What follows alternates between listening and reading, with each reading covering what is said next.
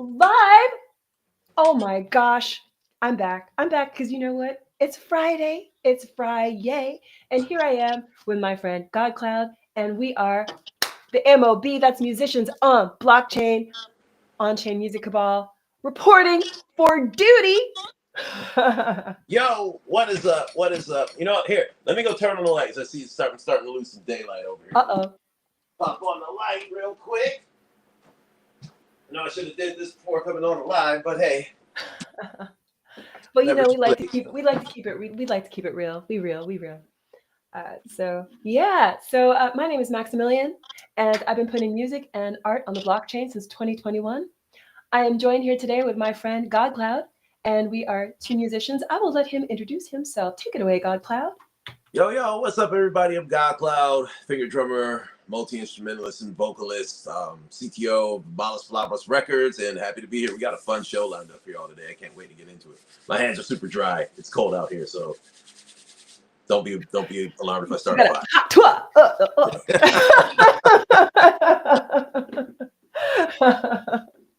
Uh, God Cloud's one of my favorite musicians to talk to. You know, the brother has so many amazing stories, and so I thought it'd be fun to get into some of that today. Personally, I find that the personal stories are where a lot of the gold is, especially when we get into the abstract things in life that make for excellent songwriting and life being lived.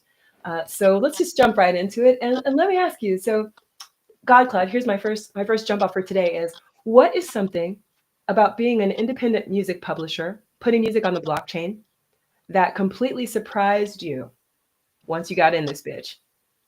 Yeah, I mean, there's a couple things, and one was that people aren't just gonna be buying anything from musicians.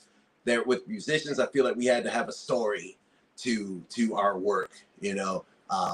I feel like a lot of people would just put some random shit out and people would just buy it back in the day anyway. But when I first got in, I was trying to do that. I was just selling like weird knick-knack bullshit that didn't make any sense. But the day that I posted a finger drumming video, I was like, hey, this is what I do, this is what I've been doing. And what the story that I was telling at that time was I, had a baby, and I was like, oh shit, it was one thing when it was just me. I was like, I'm fine, I'm taking care of myself and everything, but I got really fucking scared, especially because COVID was happening and everything. So I'm like, damn, like I got this baby, like I gotta take this shit to the next level. And how I decided to do that was I was like, I'm gonna make 100 finger drumming videos. I'm gonna make 100, and something is gonna happen in there. I just told myself that. There was no guarantee of any, leveling up in success, but I was just like, you know what, that's what I'm gonna do. That's the story I told. First finger drumming video I put out on blockchain, sold in a few hours. Sold fucking immediately, and that led to more sales and more attention. So yeah, something that surprised me was that people will buy any fucking thing unless it's music. And if you're gonna sell music, you have to have a story with it. Not even utility, but a story with it. So that was that's something that surprised me. How about you? Well, wait a minute. I want to ask you a question, if I may.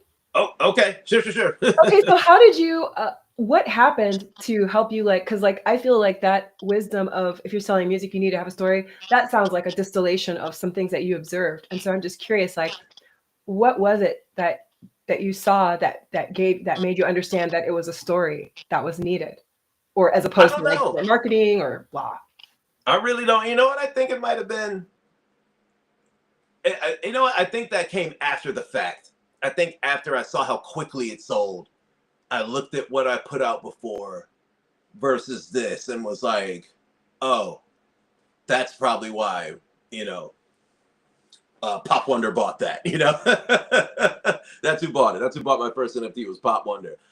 That's amazing. It feels so good when another artist whom you deeply admire buys your stuff. Yeah, and he's a bass player too. So for him to pick up one of my fingers drumming NFTs was like, damn, that really like meant a fucking lot to me. But yeah, and I think too, it was when people started to find out what I did. I became a bit more interesting. As before, I was just like teaching people NFT basics. But once they were like, oh damn, this dude is a finger drummer, you know, that's when like Ali Sabet, he saw, and I remember he hits me up one day, he's like, hey, he's like, my son and I were watching your videos and he really liked it, so I bought him. He's like, I bought him one of the machines. He's like, not the one that you got, but the one that's like, you know, the one, the really, really nice one. I'm like, oh shit, like sick. Like, I'm like, so now Sabet's like teenage son has the best drum machine, and I was still fucking around with this little one at the time, you know what I mean? Oh, that's fun. So I'm like, damn, like, well, I'm glad I inspired him, you know? So yeah, that was cool. And then, you know, seeing people like BT, Gareth Emery, all them giving me props. And these are my fucking heroes, you know? BT, I want to give a shout out to BT. Hello, BT. Miss you, buddy. Yeah. BT's the bro, you know, and for him to say in a space one time too, like, yo, my friends are trying to finger drum, but they're not doing what you're doing. He's like, you're a master. That shit fucking, yo, I ran downstairs screaming, you know, like my like my mom He's a playing goat. with the baby, and you know, and the kids' mom's there too, and I'm just like, oh my god, BT, and they're like, BT. I'm like, no, not BET, BT. I'm like, never mind, but you know, so that was huge for me, and that's all part of my story. This is all me telling my story, you know. So I think it happened after the fact. And then once I started tying in, you know, yo, I'm the first finger drummer on the blockchain, people were seeing my story get built in real time. And I think that made a impact on folks and me as well. So that's what made me, you know, like I said, it was after the fact. So I didn't even realize what I did. So yeah, after the fact, I learned the importance of, you know, having a story with your music NFTs. Got it. I know All that right, matters. Yeah. now your turn. Now you got Q. Yes, for sure. No, for sure. For me, well, the thing that surprised me was that people are up to the same tricks here that they're doing in the traditional music game, which is like people buying like a whole bunch of their own shit and then bragging about record sales. Yeah. And that's not the kind of thing that I expected to see here in this space where we talk so much about authenticity. You know? Yeah. So that was one thing that surprised me. The other thing that surprised me is how many collaborations were just self-started. There's like a lot of collaborations here that, you know, like so. For example, I was surprised when you told me that some of your friends that you have here were friends before. Okay. So that was like another thing that surprised me is like when I first came into the space, I would see all these collaborations and I thought that they were like kind of like new people coming together. And then I realized, oh, like actually there's a secret cabal and like there's a group of people that I guess so that's the thing that surprised me is to see that there's just like in the traditional entertainment, there's small groups of people that plan and do stuff and roll things out and they don't tell anyone. And it just looks like magic, but actually it's people behind the scenes. It's very orchestrated. It's very architected. It's very planned out. And they present like it's just something that they threw together at the last minute, but actually it's not. Yeah. No, that you know what, that. So my question to you now would be, did you find that out sooner or later? Later. Later? Okay. Gotcha. Yeah, I found out later. Like because I didn't really see those things. And then I think also like, you know, you have to like you have to be close enough to know something like that. Otherwise you just see things and you know, you don't really know like what was happening behind the scenes or, you know, the secret players who were involved or whatever like that. But, you know, I would see like all these sales and stuff and I would say like, you know, wow, like, you know, how did they sell, you know, like 1,000 things in like 2 minutes or whatever like that. And so like I was like, oh, I said, oh, they joined this community where there's like 10,000 people in their community and, you know, a quarter of their community bought their piece. Like I didn't know that that's what was happening. Like I didn't understand that that's one of the reasons why people join these communities is because they want that support. Yeah. Okay. Yeah. I mean, that's community as a strategy. That's what I should say. I didn't realize that community was a strategy that many people were using to sell their art here. Yeah, and you know what? Like I kind of did the same thing, but a bit differently, because I was like, damn, I want people to buy my shit, but nobody that I know has wallets. Let me start onboarding people in the easiest way for them to get wallets. But then I started noticing, like, well, even still that I'm doing this, the people who I think would buy my shit, they aren't buying it. The people who I'd never thought would buy my stuff were picking up my stuff, you know? Oh, So which was surprising. You know, I when I would get sales, I'd be like, oh, well, who bought this? And I'd be like, who the fuck is this? And I'd do some digging. I'm like, oh, they bought it? No shit. Like, okay, cool, you know? But I inadvertently made this community around me of people who I just helped get on, you know? And then I started helping a lot of artists and shit too. And that kind of became my, I guess the reason why some predatory motherfuckers came into space and they tried to use me because they were like, oh, people trust GodCloud. yeah. GodCloud has a lot of people who around him who trust him. And, you know, like I helped a lot of people who are big now sell their first NFTs, this and that, you know, like Sarah Script. I onboarded her and she sold her first NFT in one of my rooms, you know, like back in the Clubhouse days. Like she came on, didn't know, you know, whatever about Web3. Me and Lobo 301, we're doing our spaces. Lobo 301. Gosh, who's got the time machine? Yeah, right. I actually saw him at NFT NYC this past year. Oh. It was funny. We never met in person, but it was funny. Like I come out of my hotel and there he is walking across the street. I'm like, yo. But yeah, you know.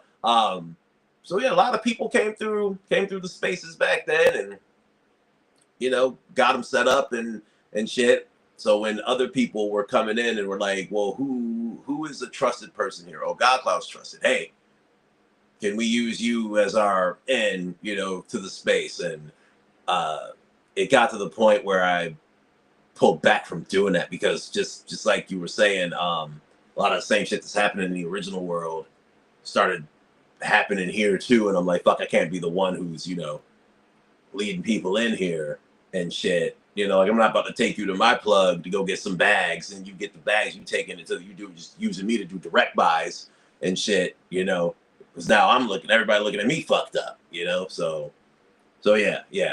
I say all that to say I feel you on Yeah. And you know, it's not that there's something wrong with it, but it's not what I expected because I felt the whole point of being here was to do something different. Yep. But you know, everyone's not so innovative, and just like Hollywood, constantly reproducing films that have already been made, things we're already tired of, but they want to make Transformers again. You know, I didn't like it the first time. Not kidding. I'm just kidding. No, Transformers is cool. But I'm just saying, you know, it's kind of the same thing, like rinse and repeat. Like people like to do what they think they know works. But the problem I see is that when people continue to continue to promote and repeat systems that are already in progress, you're just stuck in the same system. It's like we have all this new infrastructure. Why not do things differently? Yeah. Yeah.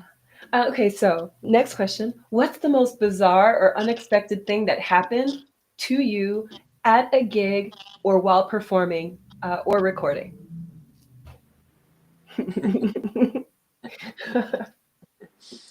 Okay. Well, a couple things. One thing which is kind of silly. We're gonna ramp this up. So we're gonna start off with like a silly one, and then we're gonna get into some fucking some wild. Let me get my popcorn. I'm gonna have to break out the kettle corn for this one. Yeah, get the kettle corn. We're going to the fair. Let's go. One thing that happened that was pretty funny was when I was younger and playing in metal bands, I was like really leaning into the rock star thing. So I would get lit before every show. Like I would drink my fucking head off. That, you know, that's just what, you know, I was just like, yo, I'm the fucking party boy. Like, let's fucking rock. I have some sets where I gotta go there too. I'm like, I couldn't think of performing this sober. Yeah. And, you know, like I'd get up there and be fucking lit. But one night, I remember they kept pushing the show back. You know, they kept pushing the fucking show back. So GodCloud you're on at 4 a.m. now, brother. Yeah, it was some shit like that. It was late. I remember it was cold too. So you know, and everybody used to love to like buy me shots of 151 and shit. They were like, yo, like GodCloud, you know, you drink the 151. We got like, I used to drink 151. Like, then I'm like, you know what? I'm only gonna drink whiskey from now on. Like, I'm not. 151. That's Captain Jack Sparrow's drink, isn't it? Is it? Rum? Yeah, the Bacardi 150. Yeah, the Bacardi 151. You and Captain Jack Sparrow be drinking that rum. That shit. I don't know if you're right. You had 151 before, right? Yes. Yeah, that With shit's lots rough. of pineapple juice and coconut milk and in a pina colada. Oh yeah, see, no, I would drink it straight. I would just drink the shit straight. Ah. Like, yeah. So I had a shot. It's like fire. It's literally like drinking fire. It's bad. Your throat like slammed shut and shit. Like every time I drink it, my throat would bam. But anyway, it gave my throat cotton mouth. I don't know how you get cotton mouth in your throat. Yeah, yeah, that shit is hardcore. I couldn't imagine drinking that shit. I couldn't imagine drinking whiskey now. Like, even when I cook with it. Oh, like, give me that whiskey, especially the Japanese whiskey, please. So fucking good. Oh my gosh. Can't do it. Can't do it no more. Bring all the whiskey to me. Yeah, I drank all the whiskey, so I'm done. I'm done. I can't handle no more. But yeah, I fucking, you know, and in the band that I was in, we were rock band, so we had this one part in the song where we would all jump, right? We'd all jump. You can see where this is going, right? So we're doing our thing. We get to the fucking part. I jump, but I just keep on going back. Just full blown, land on my back, knock the wind out of myself. Oh no! Fall into the guitar player's amp too. I hit my head on his amp. His amp spins all the way around. And I'm like, oh shit. And I just hear the crowd go, oh. But I fucking am still playing. I fucking back from the dead, stand up, still fucking rocking, go spin my guy's amp back around, get that shit set up. And I'm like, all right. That made the show better even. And everybody just started clapping, yo. They're like, yo, this motherfucker just biffed it, kept on going. And even after the show, my bandmates were like, dude, you were still fucking playing the whole time, and that was fucking incredible. I'm like, yeah, I don't know how I did that either, but that's one story. You're a legend. Another story, I'm playing in another metal show, right? Okay, so you know, this is back when I was, you know, kind of seeing a lot of women, right? And my one chick who I was talking to, my main chick shows up. She's at the show with me, right? And the sound guy that was working that show is my side chick's brother. And I'm like, oh, bro, hey, what's up? Long time no see. He's like, because he used to work in the studio that I used to intern at, right? And I'm like, yo, bro, like, hey, what's going on? He's like, dude, like, hey, yeah, good to see you, this shit, that shit. And you know, I don't think anything of it after that. So we, you know, he gets us all set up, do our sound check. And then I hear like, hey, yo. And I look, and there's side piece right there on, what is that, on stage left. Great. Hey, honey. And I'm like, hey. And now my chick, she's in the audience, like looking like, who the fuck is that? So that was a fucking interesting situation. Was that before the show? That was before the show. This was like right when we're about to go on. We just finished sound check. We're about to play, you know, like we're about to fucking play. So yeah. And then another thing happened like that at wrestling where just like haphazardly, you know, that I think that would be the weirdest thing that would happen to me at a show. There's some other stories too that I can, you know, I don't want to go into here because it's really, you know, it's like Ray X type shit, but yeah, yo, like I remember one time at wrestling, I was scared to come out of the locker room because I think like, you know, like three women ended up showing up. Oh my gosh. And I'm like, fuck. See, and this is I would get myself in trouble like this a lot, you know. So They thought, well, just because you wanted to keep everybody happy, it wasn't that it was a secret. You're a single guy. It's no, just, no, oh. I wasn't. I wasn't. I wasn't. I wasn't. I Oh, was exclusively with all of them. I was exclusive with them. GodCloud, Yeah, naughty. yeah, yeah. So it would Naughty, always be some naughty. shit. It would always be some shit. That would always that's what would always happen to me, and it would always be fucking terrible. And I'd be like begging my bandmates GodCloud or my made it wrestling rain. bros. You made it rain. I'm like, please guys, get me out of this. I'm like, don't tell anybody I'm back here. You know. Oh, GodCloud, he's right back there. Just go through those doors right there. I know it says do not enter, but just go ahead. Yeah, right. Like, please don't tell anybody I'm fucking back here. Naughty, Yeah. naughty. Yeah. So those are like my awkward, like live fucking Oh things. my gosh. Yeah. My best one was there's a music producer whose talent is just so phenomenal, and his name is Paul Inder, and Okay. he has a really beautiful home studio, and we were working on this song, and when I was in there, and he has like all these phenomenal instruments.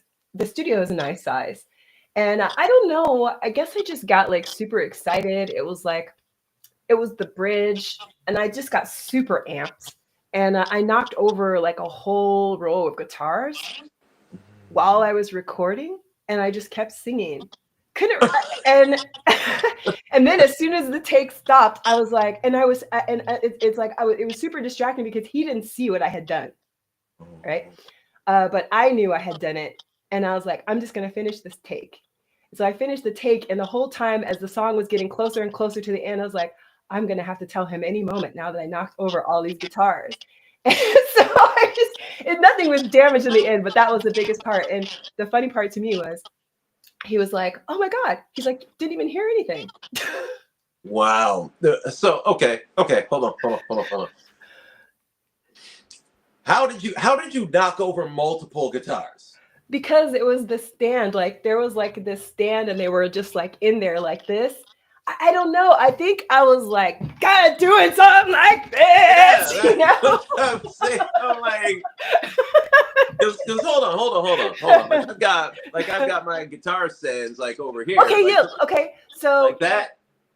no, he had a kind of stand where it was only like I think it was like the bottom. Like what happened was when I jumped up, I think my foot lifted the stand from the bottom. You know, like the arm. So like there's like imagine a triangle kind of like this. And so the guitars maybe are like this. And there's like a bar that was like up. And so when I jumped, I like lifted the stand from the bottom and like flipped the stand. I like it would be the equivalent if I just went like this and flipped the stand. Like the whole stand just fell back with all the guitars in it. Like it was, yeah. nothing was damaged. Nothing was damaged. It was okay. But I was super nervous. I was like, it was like the first time, you know, when you're in another person's recording studio, me personally, it's like, you never know how much did this guitar cost or who did it belong to or like whatever. I'm extremely conscientious of other people's equipment. And I'm not a clumsy person. I just couldn't believe I had done that, but he wasn't mad. But for me, that was it, was knocking over those guitars. I was literally like, my heart stopped and then I just kept singing. I was like, oh God. Oh shit, you're a trooper for finishing the take. It was such a good take. It was such a good take. I couldn't. Yo, I would have panicked. I wouldn't have been. I did panic. I just kept singing while I was singing. Yeah, there you go. That's one way to deal with it. Shit. Right? Okay, so here's the next question. Yeah, like I personally, like I do get super hyped. I get super hyped. It was almost like I was out of my body. I just was, I don't know, that bridge hit and I was just going crazy. Wow, shit. I was, you know. But hey, so how do you handle writer's block or creative burnout when it hits? I practice. I just practice like the rudimental shit. You know, I practice my paradiddles. I practice, oh shit, my neck. I practice my scales, you know. What's a paradiddle? Huh? Oh, a paradiddle. I mean, there's like different variations, like right, left, right, left, right, left, left. You know, it's like some like just I do that with my butt cheeks when I'm practicing my dancing, Megan Thee Stallion top. Yeah. I mean, like I can do it with my pecs too.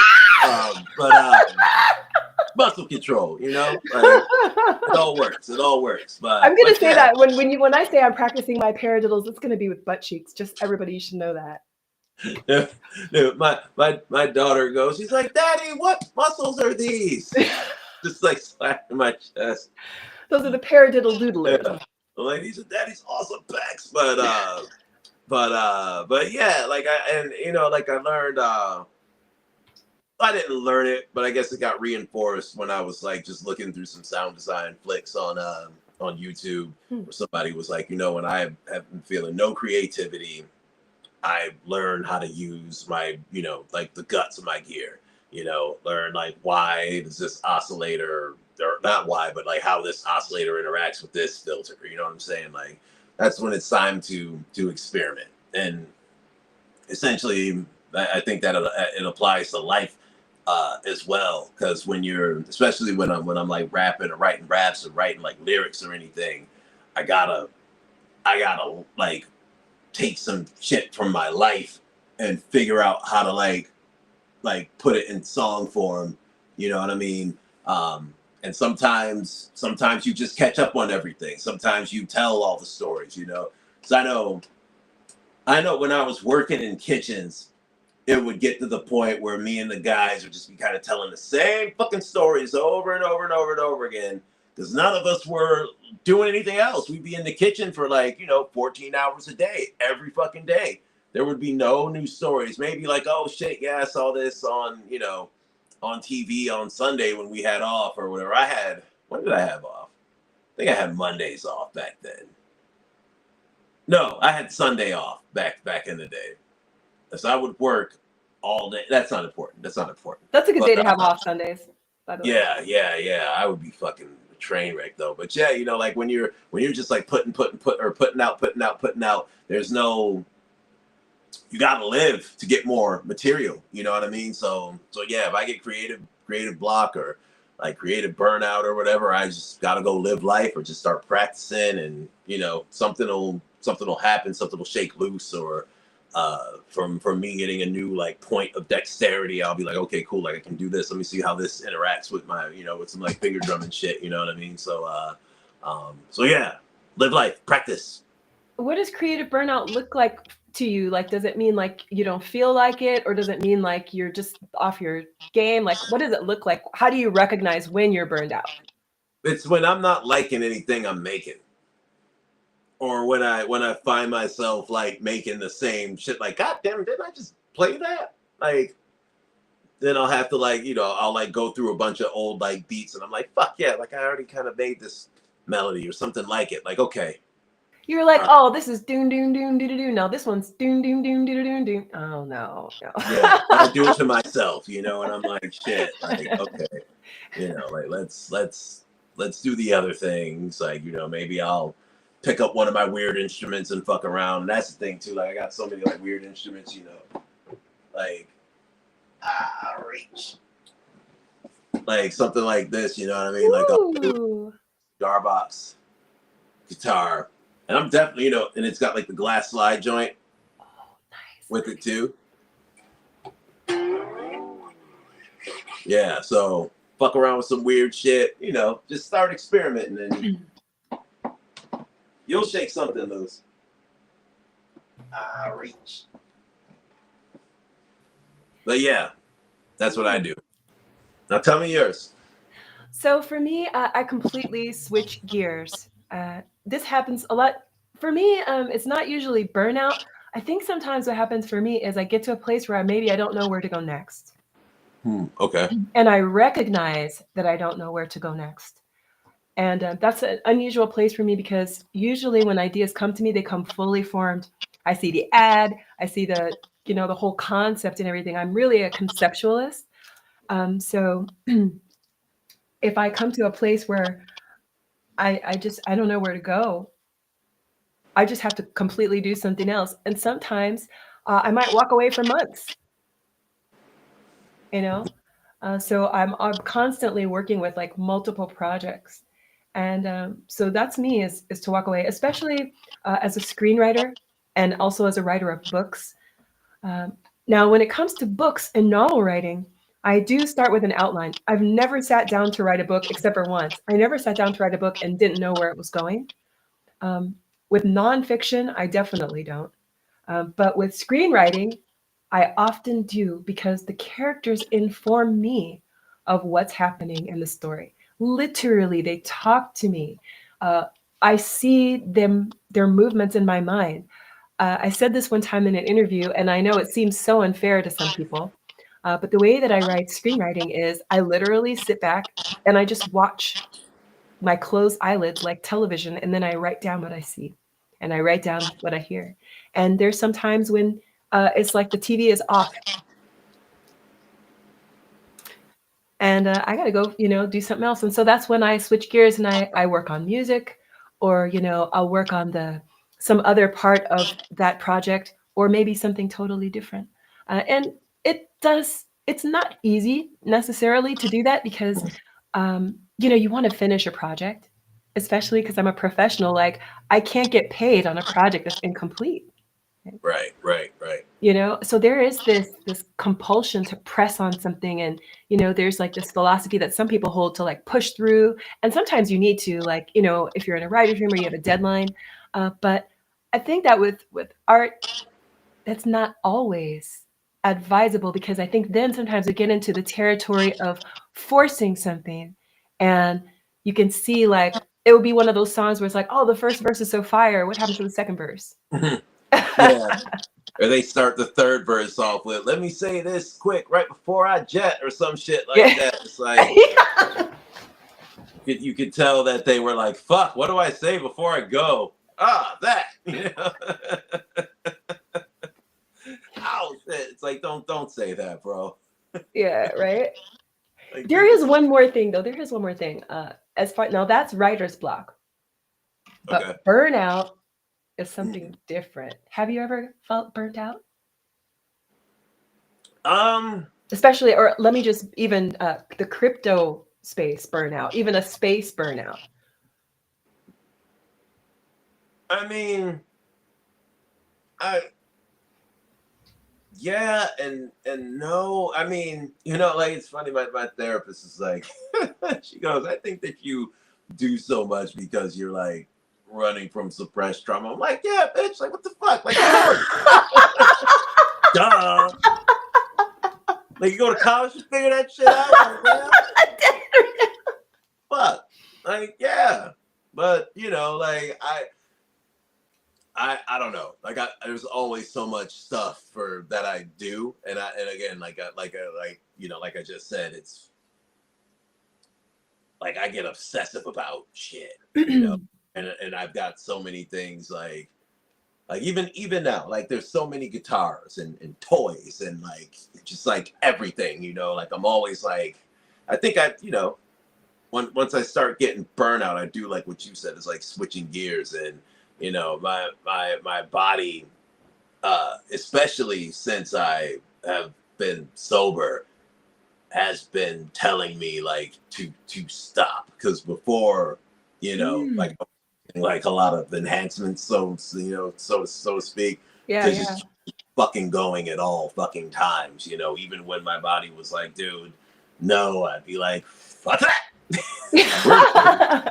We're gonna be up for another couple days. We gotta bang these hoes, and we gotta bang these drum machines. Like, let's fucking go. You know what I'm saying? So now, like, my body's like, yo, bro, lay the fuck down, chill out. You can sleep until like 11 today. Like, just, So yeah, I think when I'm getting burned out, my body will just be like, Um, but until that happens, I'm always just fucking going.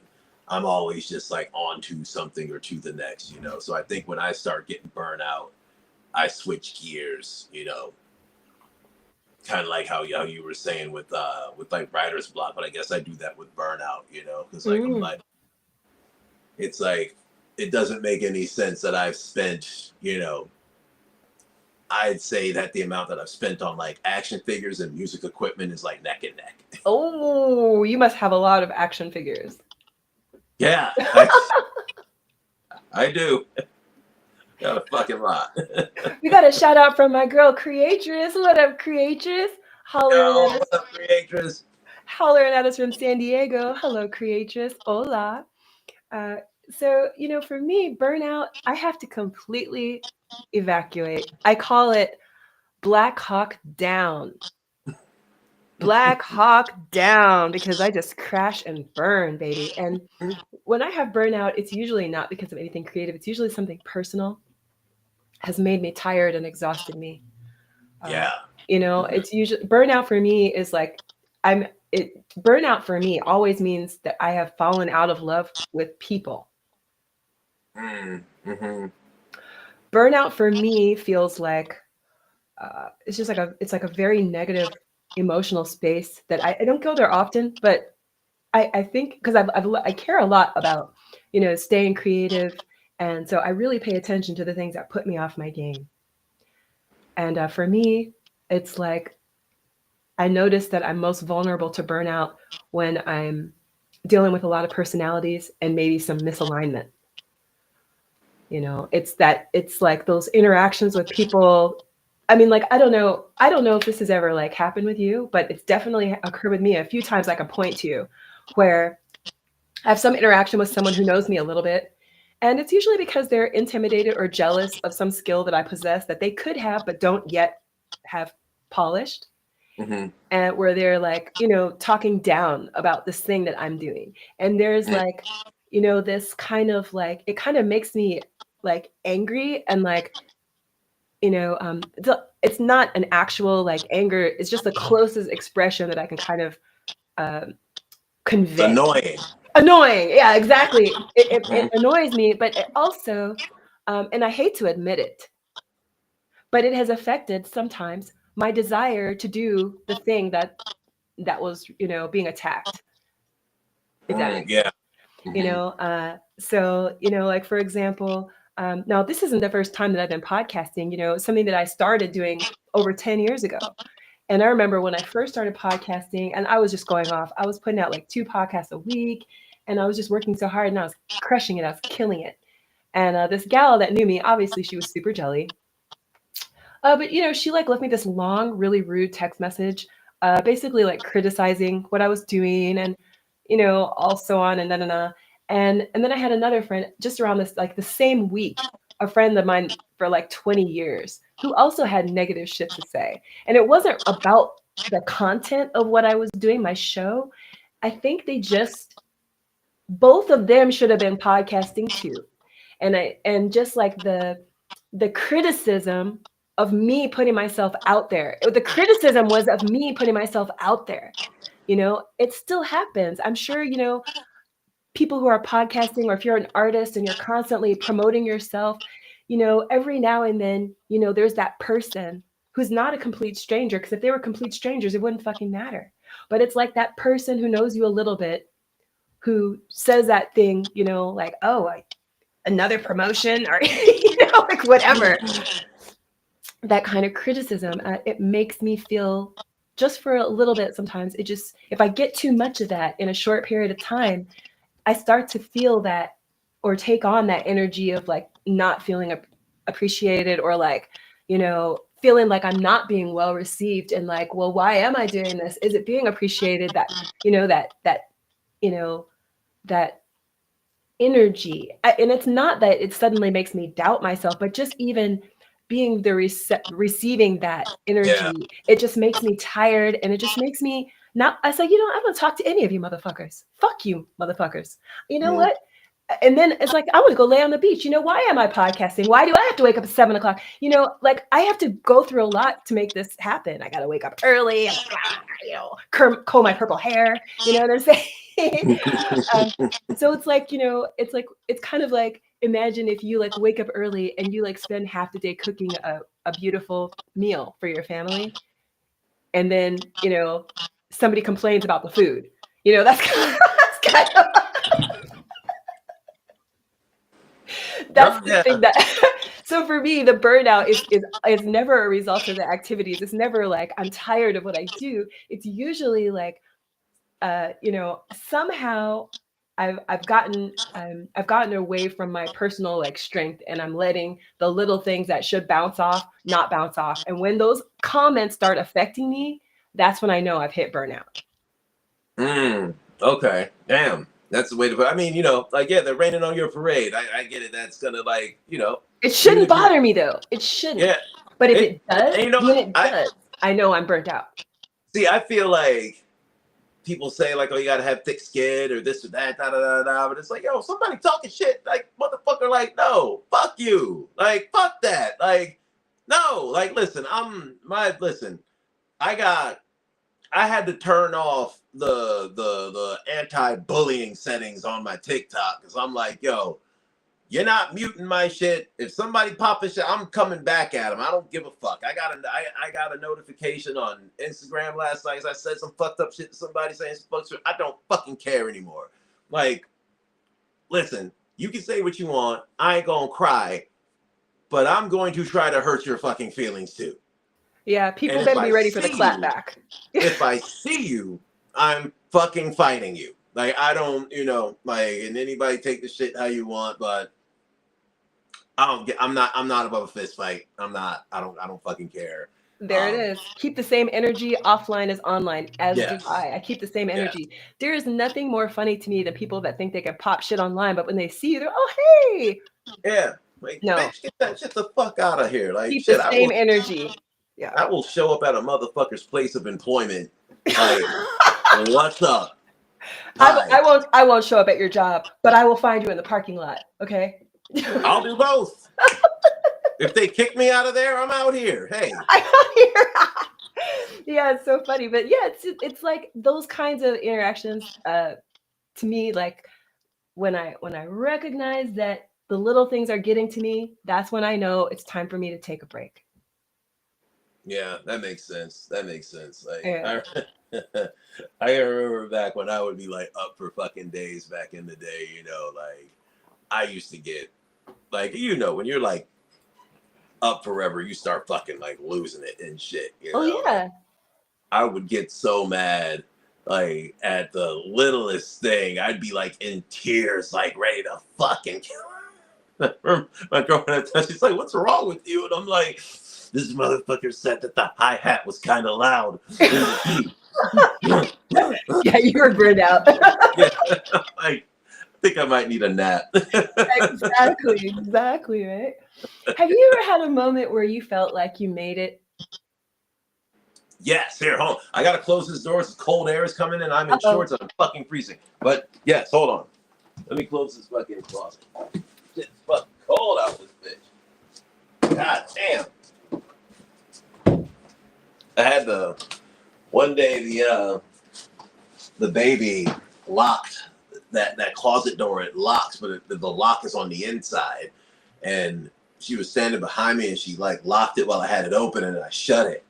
And I keep my chair in there, and I'm like, and I couldn't, and then I couldn't pick the lock, so I just had to unscrew it. It sits there with no doorknob, so sometimes it pops open or whatever. But yeah, I feel like I made it all the fucking time, Like, there's been a few, even before all the stuff happened with Web3. Like I can think of when I got my first viral video. That was big for me. I was really excited about that because I had never, at that point, I hadn't really like the people who knew me, but once that shit kind of blew up, that was like, fuck, like, okay, like I'm on to something here,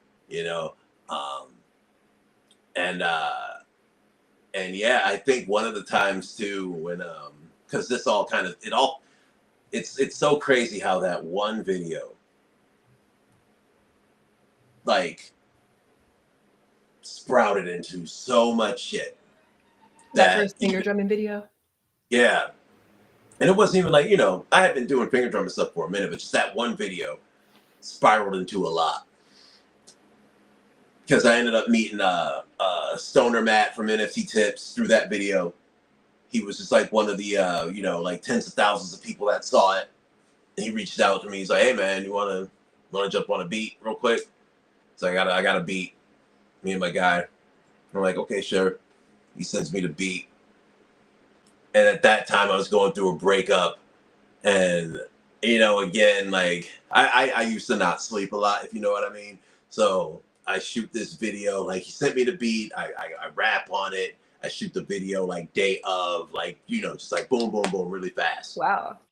So think about this. Like you message somebody like, hey, you want to do a track together? And then within like a few days, they, of sending them the beat, they send you back the track completed and a video. Yes. That's like, whoa. So after we did that, that's what I do when people pay me. Yeah. But like, I'm just like, hey, I'm like, fuck it, let's cook. I really like the beat. And I'm like, shit, and I don't really rap over other people's beats, but this one was kind of fly.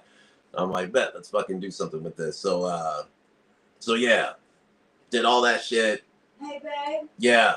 I gotta go pick up my medicines. All right. You want me to wait for you, or? Seemed a little personal. I muted your mic because it seemed a little personal. Oh shit! Thank you. You're welcome. Appreciate that. Thank you.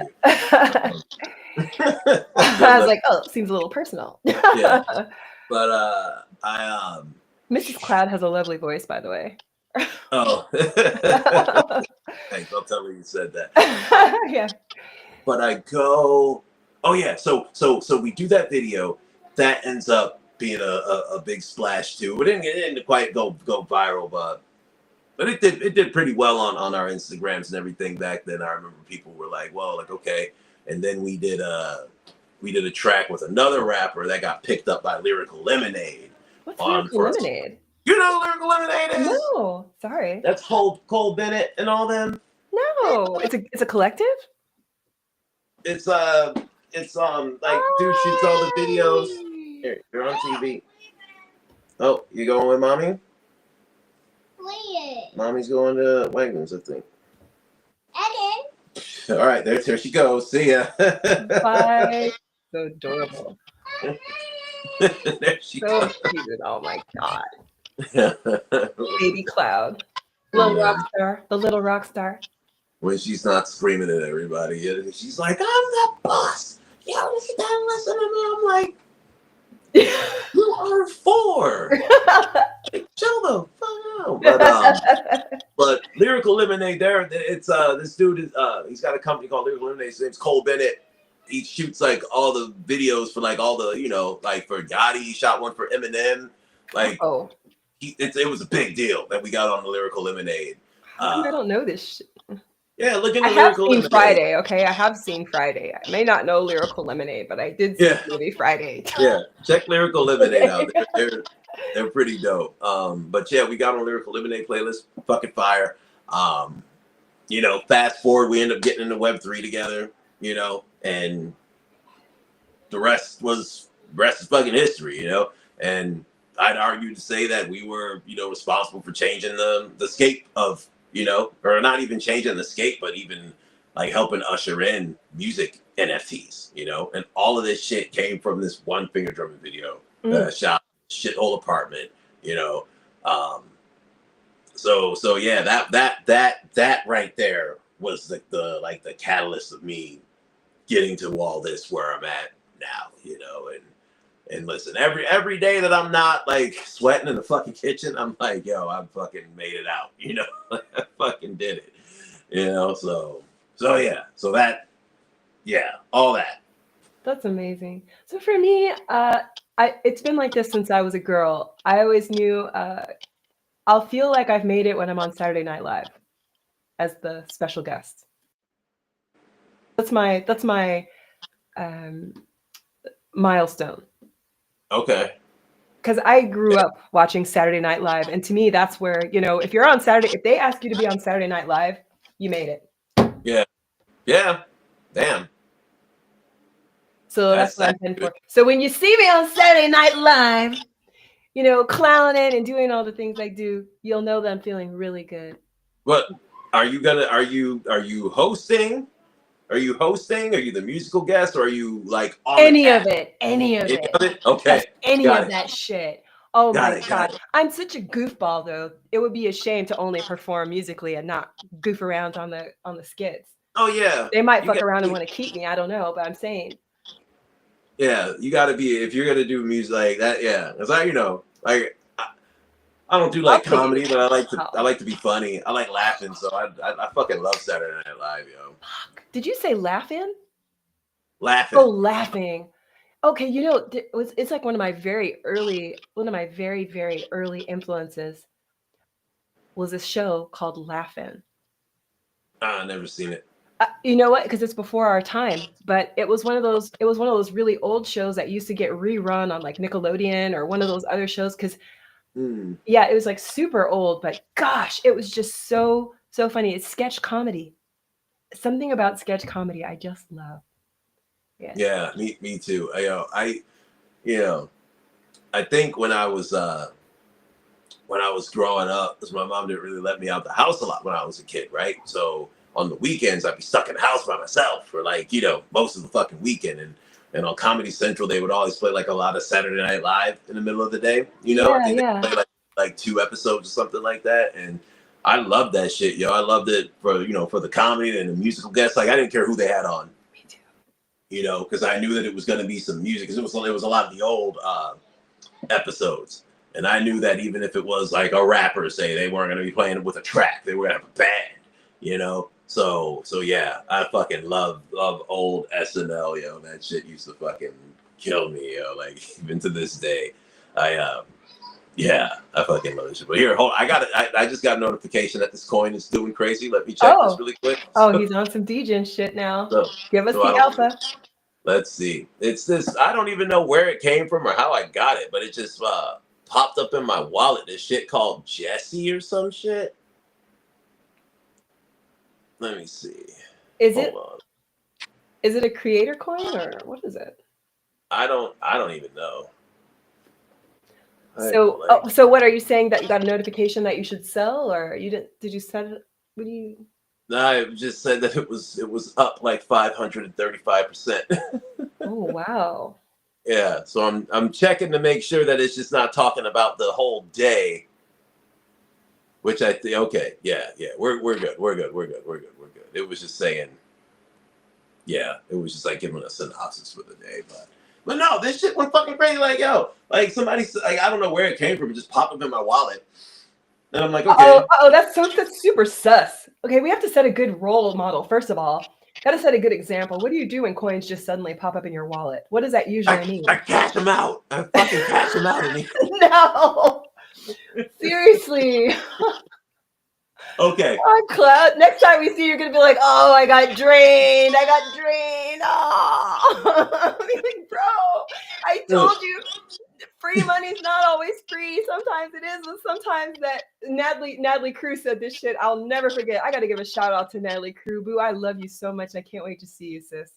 Natalie Crew said the funniest thing I ever heard. She said, "Sometimes, okay, God, I hope I don't say it wrong because it was so funny." She said, sometimes that airdrop turns out to be an air snatch.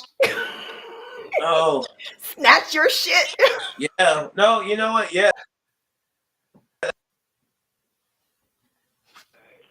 Open the door and I'll get the bags and stuff.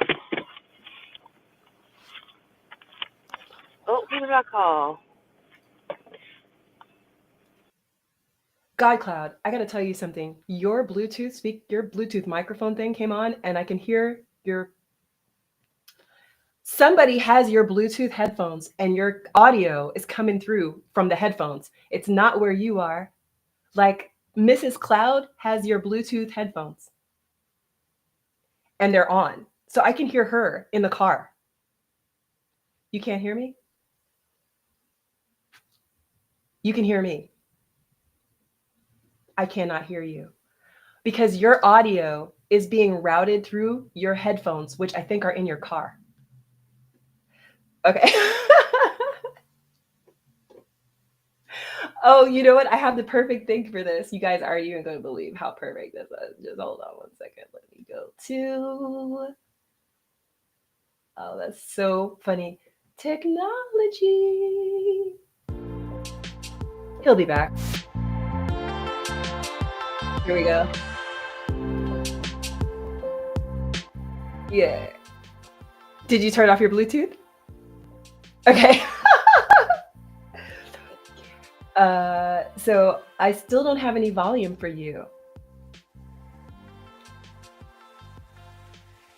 I can't hear you. Can you turn off the Bluetooth? Oh, it's off?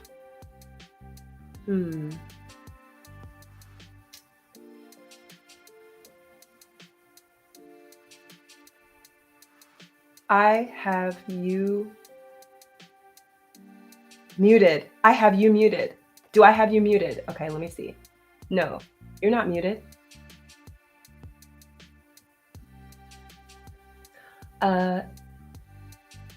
Your volume is up. There's just no sound coming through. Okay. Technology. It's not perfect, but we love it. Hey. Okay. I still can't hear you. Okay. You gonna go and come back? Okay. You know, the same thing often happens with me when I use these Bluetooth devices. It's funny how they operate sometimes, but we're gonna get through it. It's okay. He'll be back.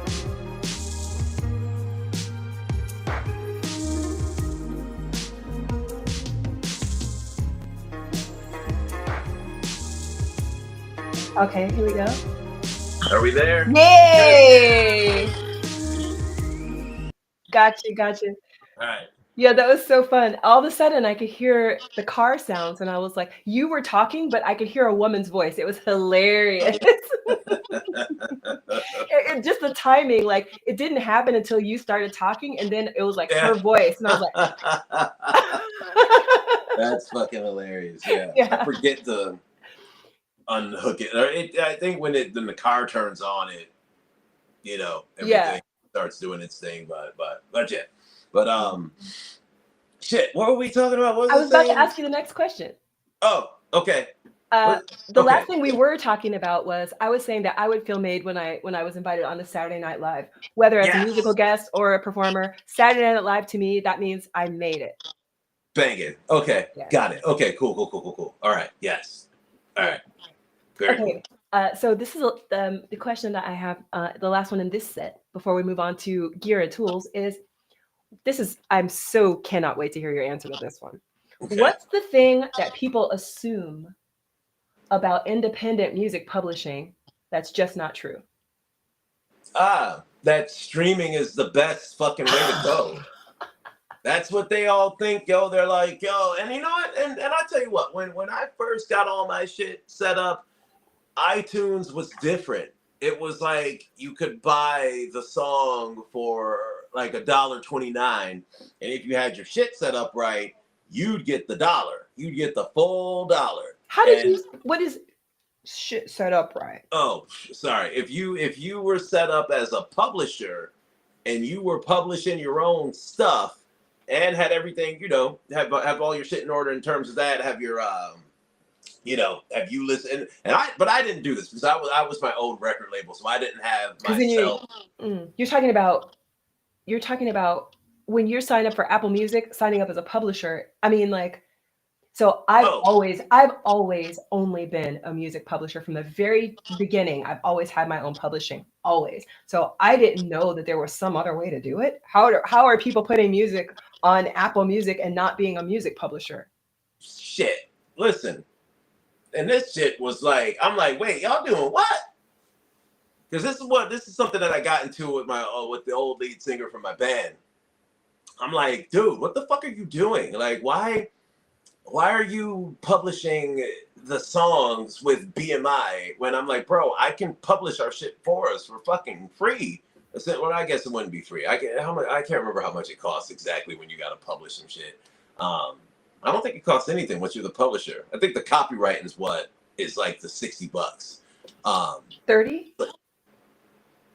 Is it? I mean, you know, I can't remember what it is. The last thing I did was the last time I checked, it was only $30, but okay.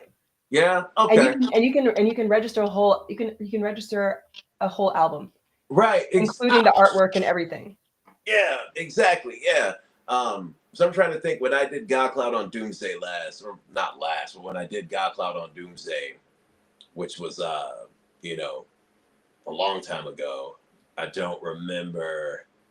I just don't remember how much it cost me to publish, and because I always do the publish and the copyright at the same time, you know, so I get the numbers mixed up. But yeah, but when you go to BMI or whomever, excuse me, to publish your stuff, they're gonna do it. You're gonna pay them, I think, like $75 to publish a track, and then they own a piece of it, right? They own for the publishing. Yeah. So peep it, right? What I did was I, made GodCloud Records and Publishing. That's my record label. That's my business, right? Then I went to BMI, and I think at the time, I think it might have been like $250 or something back then. This is back in like 2010, 2009, I think. And I had them, and I was like, hey, like, what's the best way to go about this? Because it's like, hey, we'll publish your stuff for this much money. Or you can be a licensed publisher through us, but that's going to be more money, which is what I did. The front end, but then you get more for the rest of your life. Right. Yes, exactly. They were like, but you have to have a business. You have to have, your shit's got to be a business. And that's when, that's when I was like, okay, cool. Like GodCloud, Records and Publishing became a business. I was like, well, shit, well, what the fuck do I, So what you're saying is that some people, when they sign up with BMI, they're signing up as an artist, but you're saying that you signed up with your LLC. Yes. And I was like, let me actually look. So I've never gone through the, because you can be an artist on it. This is something that I had to do because I'm like, well, since the record label is me, right? As long as the money's coming to the record label, I'm cool. And that's all I cared about. But when I started trying to collaborate with people, they were asking for, for my number and everything. For your publishing, your BMI song. Yeah. For my artist number.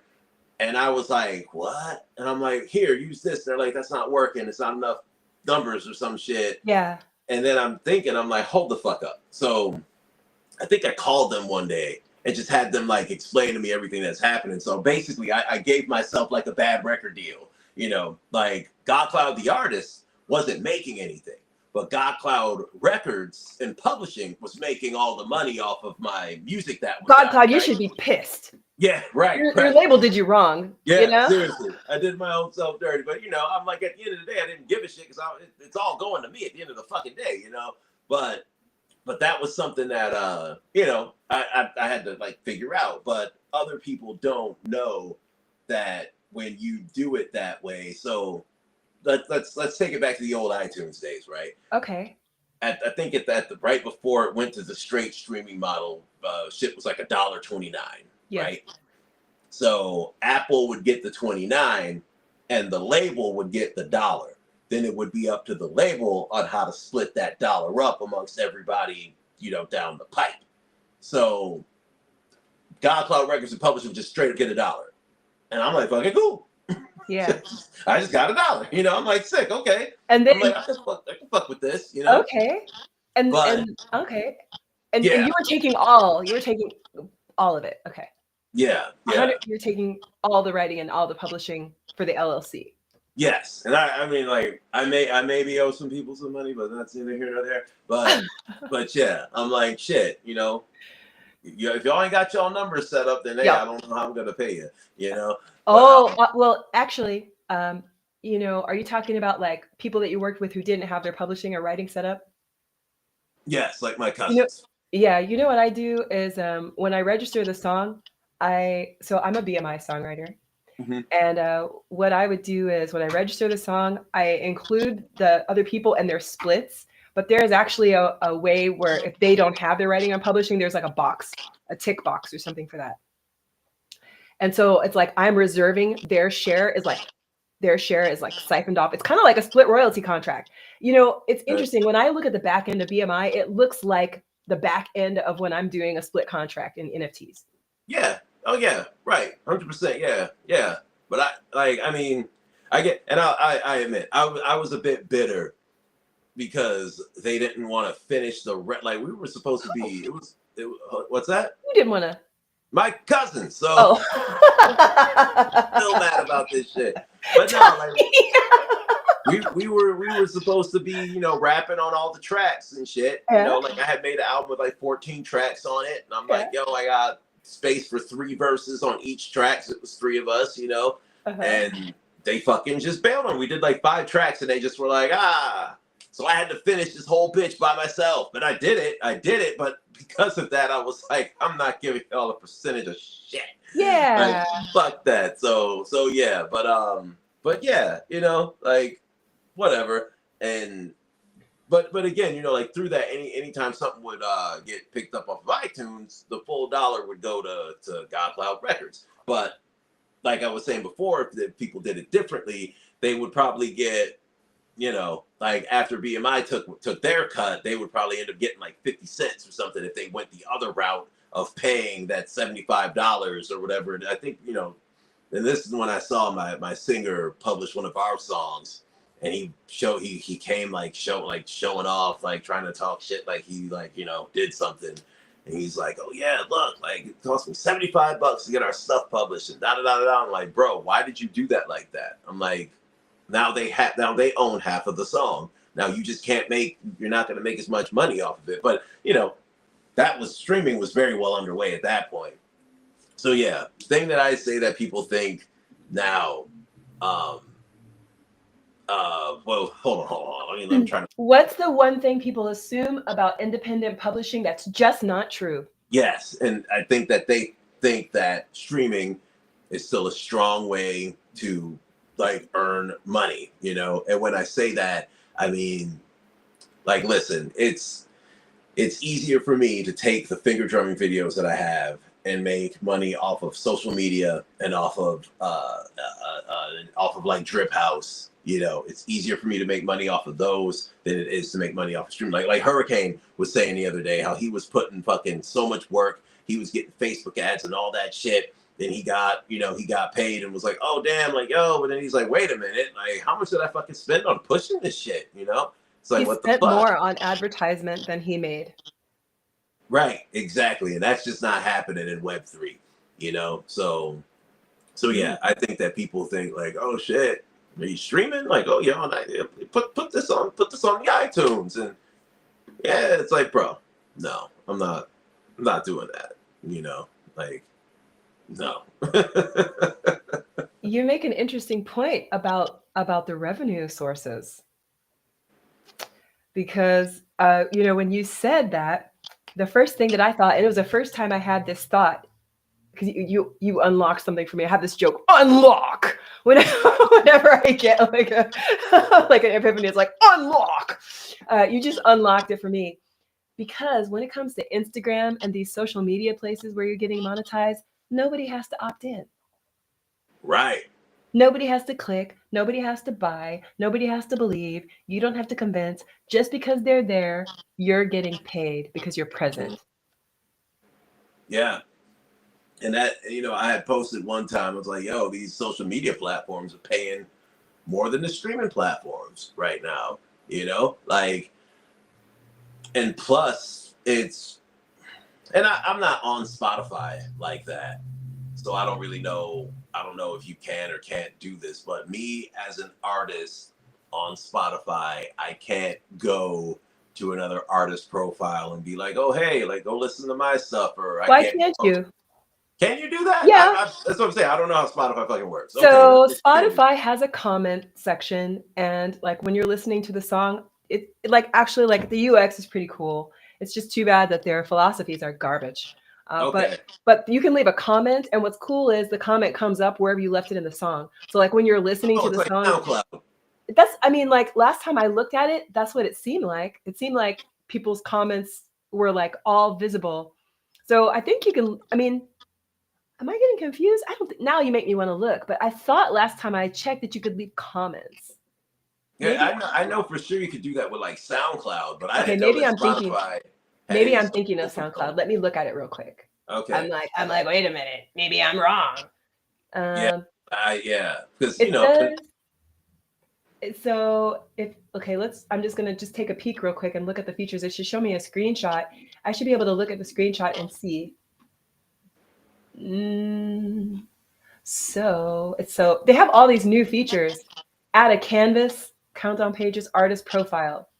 Okay, maybe I'm wrong and you can't, but so okay, let me just tell you what it says here. About is where the artist's bio lives. You can add photos and social links. Fans also like, recommends, appears on. No, you're right. There's no comments. I'm Okay. wrong. I was thinking of the other place that we don't like. Which one? SoundCloud? Yeah. I mean, I'm just saying, like the other place where not to put your expensive music. No. Yeah. But yeah, and that's the thing too, like with Spotify, like so, and when what really gets people like going on my social media is that they're seeing more of my personality. Like I can put my songs on Spotify and everything, and sure you're hearing my personality as part of like a bigger thing, which is the music, but you're not seeing me like cracking jokes. You're not seeing me like, like you're not seeing my fucking barn burner comments or some shit, and that's really what lent to me going viral was me just like clapping back at people and people like, damn, like, he can fucking like let's go. It's like even right now on Instagram, I got a video going viral. Um, one of the like Elon Musk Nazi salute videos that I like. Oh my God, Elon, why? And I'm just going at it with people, but the people who see me going at it with the other side, they're like, fuck, who is this guy? Oh, he makes music. Well, we like that he stands for something, so let's support him too. And that bleeds over into my other shit, and it's hard to do that with Spotify. And plus, the payouts is like every couple months, if not never. So shit, like never these days.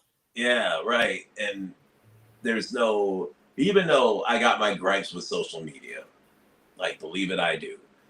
But I had never gotten like thousands of dollars from streaming, especially recently from streaming from Spotify in such a short time. Like, like Facebook was paying me fucking great. Like, I think thinking like 2002 and not 2002, 2022 and 22 and 23. I was cleaning up on fucking Facebook, yo. I was fucking killing it. But I was like, well, I'm not even gonna try to put any energy into doing this shit on Spotify, Yeah. Like what's the reward? So that's my thing. I'm curious to hear what you have to say. What's one thing people assume about the music business or independent publishing that's just not true? So I would say I am so sick. Now I'm going to speak in the shadows on this to answer. So when I say in the shadows, that means that I'm focusing on the opposite of the question to show you the answer. Okay. And how that looks is I'm sick to death of people thinking that record deals are the shit. Record deals aren't the shit. Record deals are shit. And so the thing that people assume about independent publishing is that they need a record deal to make money or be successful. The thing that people assume about independent music publishing is that you can't get a record deal if you choose to be independent. The thing that people, assume about independent publishing is that, that there's no money to be made or that, like that. But basically, it's like independent music is where the money can be made. Yeah, 100%. That's a good point. That's a good one. Yeah, because people, I think they still romanticize that deal. Gotta get signed. Oh man, so and so got signed. Oh, I gotta get signed. It's, you know what? I worked at the record company, and It's like having somebody tell you. People talk about creativity and freedom of speech and all this stuff. You get that record deal, and it's like you have another person that's curating your songs, curating who you work with, curating your sound, curating your clothes, and all this other stuff, telling you, you know, what you have to look like and all this and that, unless you walk in and you're already established and they're acquiring you and they're lucky to have you at that point. But, you know, most people that, even musicians, they have this idea that independent music publishing is a step toward a record deal. And it's like, brother, you. Right. It's like, no, like I'm giving myself a record. I'm giving myself the dollar. Right. It's like getting, setting up a business and shit. It's like, I don't want to work for anybody, Yeah. But and that's something. Oh, sorry, go ahead. Oh, I'm sorry, you go ahead. No, you go. I was going to say, but some musicians, it was something that you just said when you said you don't want to work for anybody. But I've talked to a few musicians, and I'm not talking about years ago. I'm talking like last week. Okay. Some people, they just want to be the talent. They don't want the responsibility of marketing, strategizing. They don't want the responsibility of making their career happen. Yeah. And, and that's fine, but that's a slippery slope. Because what happens if they find a shiny new toy? And they will. Right. And it's like, then what are you doing? Then you're going to wish like shit. And I feel like that always happens. And then there's always this like, this realization of like, fuck, well, now I want to keep this going. Let me try and find a team to do this. And now you have to end up doing all this shit by yourself anyway. And even if you're getting a team to do it, you still got to vet everybody. Now you're everybody's boss, So you've done it. You've gone a roundabout way of doing it. You just added, had to add a little bit of trauma in there. But that, trauma's the best spice. You know what I mean? Like, hey, you know what I mean? Like, you said trauma is I always feel like sex is the best spice, but you go ahead with your trauma, brother. Hey, like shit. If you get two traumatized motherfuckers to go, yo, shit, yo. So funny. So funny. Oh, this business is so funny. It's magnificent, but it's like you got to get in there to see what's what, really. Got to get in there to see what's what. So let's geek out for a little bit. I know us musicians love our tools, and whether it's an instrument, software, hardware, a rack, tell me, what are some of the favorite things you're working with? What's one piece of gear, for example, that you couldn't live without? Well, right now, what I really, really like, and I tell you, like this thing, I got it because I originally got the MPC-1 when I first got like some good money in Web3. I was like, let's go to the music shop. Let's go fucking crazy, So I bought this Jazzmaster guitar right here. I bought this thing here. Oh God, it's so beautiful. Yeah, I love it because the edges are contoured. You know what I mean? Oh my God. And the pick guard is gold. It's giving me like butterscotch pudding vibes right now. Yeah, this thing's so fucking nice. I fucking love it. It's got the big P90 soap bar pickups. Oh, so pretty. And the switches up here too. And these are little wheels right here. Is it an infinity wheel? No. I think they're like another volume and tone knob or something. I don't know. I don't know what those ones do. I think this is this is like a kill switch. I think. You know what? I don't know, but I got it. I own it. It's mine. When did you get that? A few years ago. Yeah, I got that probably like in 2021, 22 late, but I also bought an MPC-1, right? Which I thought I would like, but I didn't. I hated it. The buttons were too small. It just wasn't what I was thinking it was. Because I remember hearing about the Live 2, and I heard that it had a battery and a speaker. And I was just, like buying stuff at the music shop, like, oh yeah, I'll take that, I was just grabbing shit, and I got that drum machine, but then I'm like, shit, I need to have this thing plugged in. I need to have some speakers with it, and that I was just kind of like, damn, and I wanted to get away from having to have my, my controller and my laptop because I wanted to start getting out and doing more shit, you know what I mean? So I got lucky and found a complete straight, or no. So anyway, I ended up getting, through some more Web3 earnings or whatever, I ended up getting the MPC Live 2, right? I got this. And I love that. But then I just had the MPC 1, which did the same thing as the Live 2, but not as well. Didn't have the battery, didn't have the speaker, right? So Akai ends up dropping this new thing called the Force, which wasn't even an MPC. It was like something completely new. It's like having standalone Ableton, right? And I really liked that. I was like, fuck, that looks cool. But again, it was similar to the MPC 1. You need speakers with it. It needs to be plugged in for it to really work. But I really liked it because it had its own, the OS was different than the MPC OS, okay? So I'm like, fuck, that's really cool. Oh, I can't hear you.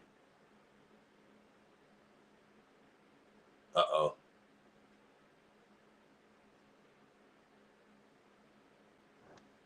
Okay, I saw that my audio. Wait. I'm back, right? Yes. Yeah, my audio. It's weird. Even though I'm like analog right now.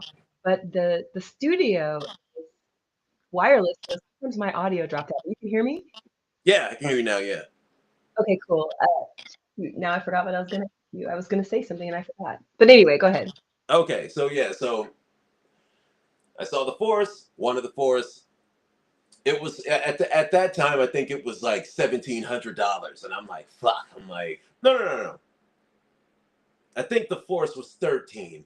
The Force was 13, and the MPC Live 2 was like 15 at the time, right?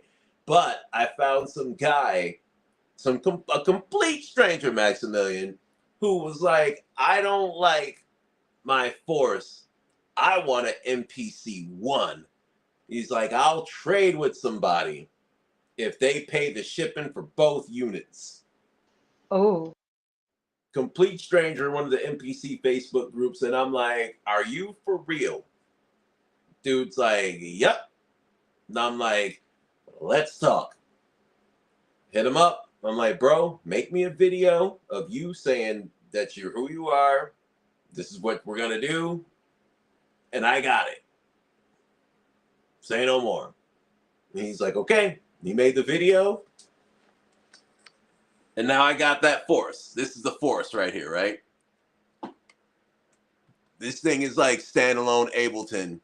It's got a synth engine in it that's killer.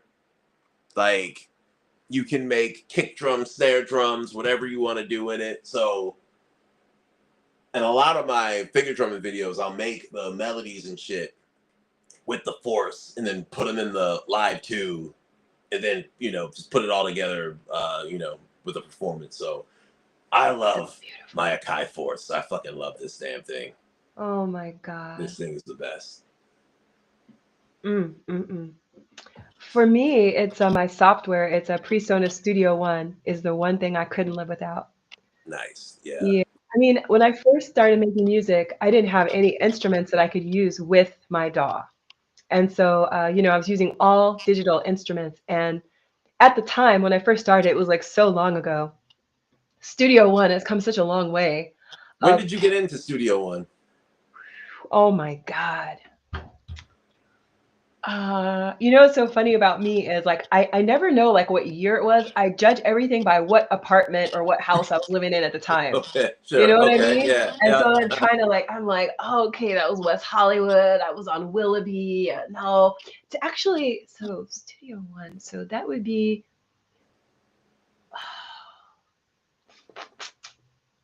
And it was probably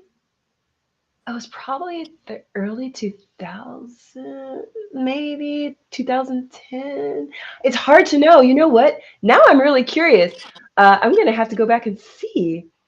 Yeah, I'm curious to see because you're like like a monster with the shit. Yeah, yeah. Now you got me curious, and I'm like, how long? I don't know. But for me, it was Studio One because all the instruments I could use all the instruments. I didn't have all. This is the only keyboard I had was this.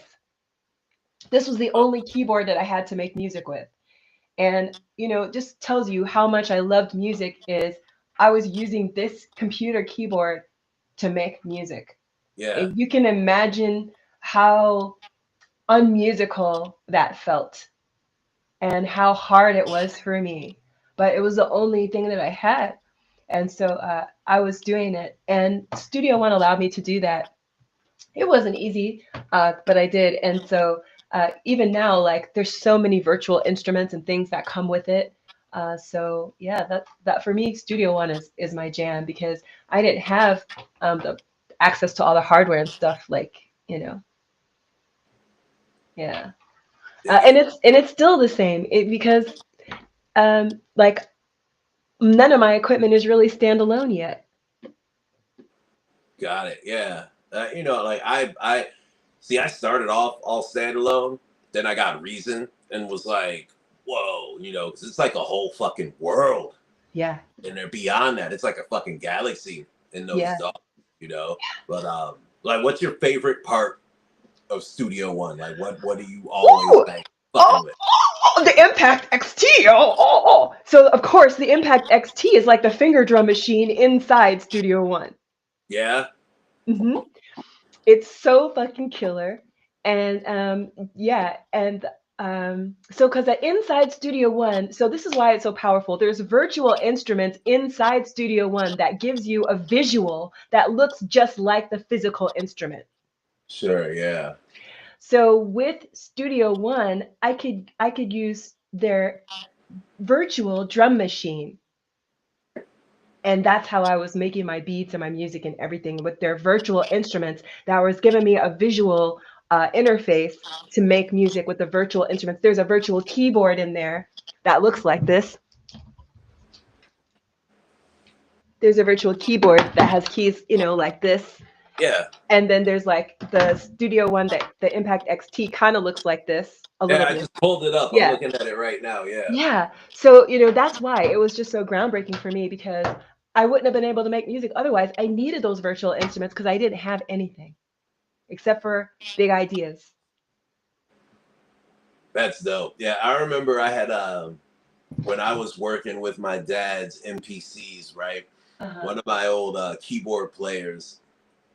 He it was back in the day, like the hustle would be, you go to school or you sign up for school, you say you have, no income, and then they give you like money, they give you like a grant to go to community college, right? Mm. So once you get, they'll give you, they'll pay for your schooling, but then you have like a couple grand left over, right? And where the community college was, the Guitar Center was right around the corner. It was like Guitar Center and then a liquor store, right, Oh, that's right tough next to choice. each It's a other. tough choice. No, I'm kidding. We get our school checks. I remember me, my bro Carl, and Josh. We got our fucking school checks. We had like 10 grand between us. So we went and got some fucking instruments and got some bottles, and we're like, like, yo, let's all go back to GodCloud's house and jam. Um, Let's go. yeah, and excuse me. But yeah, I remember he ended up my bro Josh, because he had this like shitty little Casio keyboard. But after school check I had a hit, Casio. That was my first keyboard I ever had was a Casio. he had this big silver one that was like a higher end Casio keyboard. But once he got that school check, he got this like $600 like nice, this nice keyboard. And he just left that one at my house and was just like, dude, I don't want that fucking thing. But that is what I used to sample into my dad's MPC. So I was like, sampling drums, like stacking them up and this shit, that shit. Um, and yeah, I would that keyboard was like my fucking thing. Like I was like, yo, this is where I'm getting my sounds from. I'm playing my chords and doing all this and doing all that. But once I got Reason, I was like, I don't need any of this shit anymore. Like, ah. So Reason. yeah, Oh Man, I remember the first time I saw Reason was at my first NAMM show. Wow. When was that? My first What NAMM, oh, I was a baby. I mean, I must have been, my first NAMM show, was I even still in high school? I was so young. I was so young.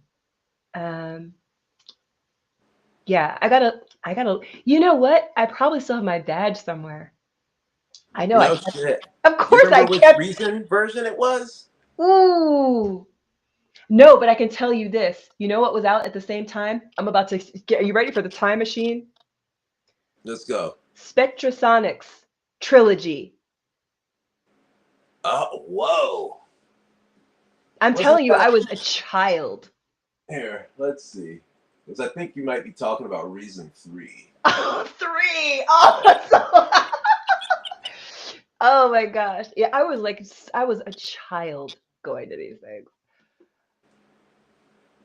So like when I first, like, I remember like that was like the most expensive software that I wanted at the time was the Spectrasonics Trilogy. And it's because I saw it at NAMM. So the year that I went, that software was out. And it was like, oh, I mean, this was like software was over a G. When do you pay like over a G for software? It's crazy. But the sounds. Damn. Hold on. Let's see. That's trilogy. I'm trying to. It's just a lot of like people showing pictures of the boxes and stuff.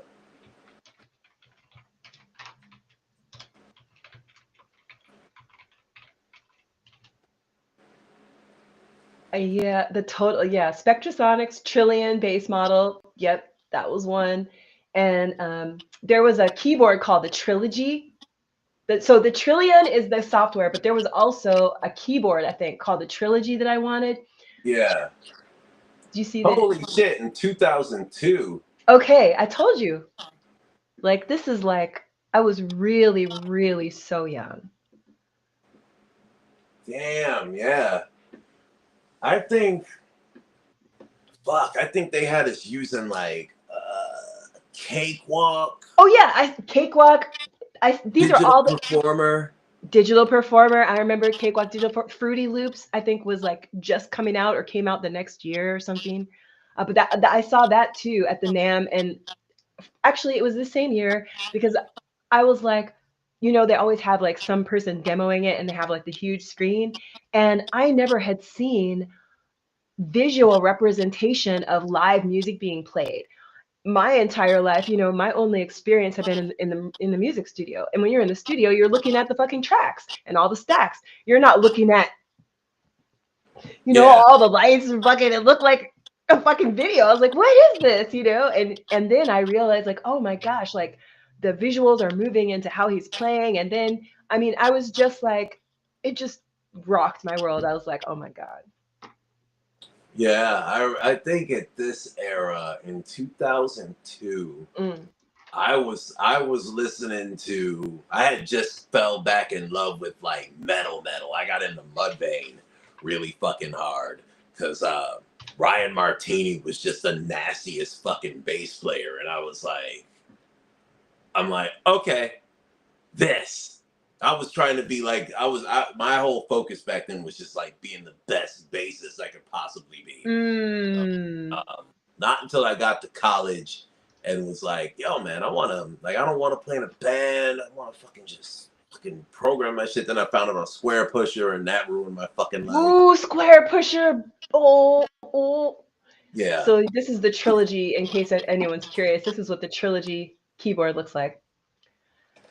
Oh God, I wanted this thing so bad. And it's like the sounds, like I love the you know, the style. I like how they made it, even like at the time, this was not the style of typical keyboards when this came out. They gave it that retro look. And I think that's kind of why I was drawn to it also, because it was, I like vintage things, but I just couldn't believe the sounds that came out of this, so warm, just incredible. Incredible. Yeah. Nice. Yeah, Yeah, fucking love those incredible. old synths too. Like I got a whole library. Damn, I think I still have it, but I found this library of all these old like synths, just kind of like one key, like at a time or whatever. And it was this site that kind of gave you a little breakdown on all of them and everything. It was like, yo, this one was made in Russia during the Cold War, da da da da da, and yo, I wonder if I still. Yeah, let's keep on the go. Yeah, we're about to really nerd out really hard. So let's. Okay. let's What keep are it okay? You're gonna. This one next one is one of your favorites. Are there any tools or instruments you've always wanted to try but haven't yet? Yeah, Oh god. I know we were talking about it, but the fucking syntax, yo, and The people might synth axe. people might I know Roy Wooten, Victor Wooten's brother, who uh, is one of the like first people to really take finger drumming like out to the world, because he had the syntax and he had it like rigged up somehow to play like drums on it and shit, and he's like using both hands to here you go. And imagine me, studying Victor Wooten a lot, his brother, and just being floored with his bass playing, but then also seeing this guy finger drumming, and I wasn't really doing it back then, but I just was like blown away, like, damn, how do these guys fucking even do this shit? So it's funny now that I like play bass and finger drum, but it's ironic that I'm known mostly now for my finger drumming more than the bass playing. Yeah. Should I play a little bit of this so people can see? Yeah, run it.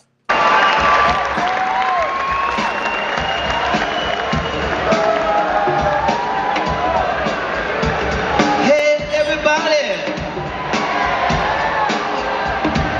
how y'all doing? Just in case you didn't know it, this is my drum set. My fingers are the drumsticks. Everything here is being played live.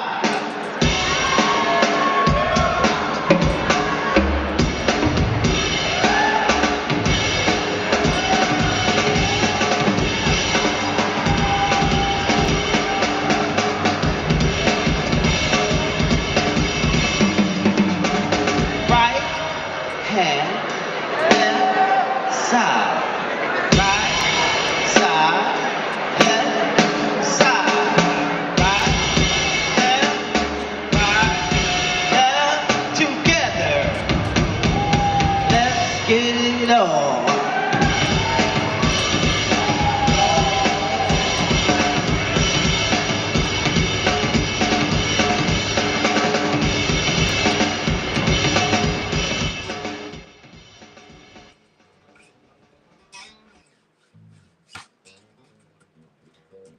Dude, this guy is incredible.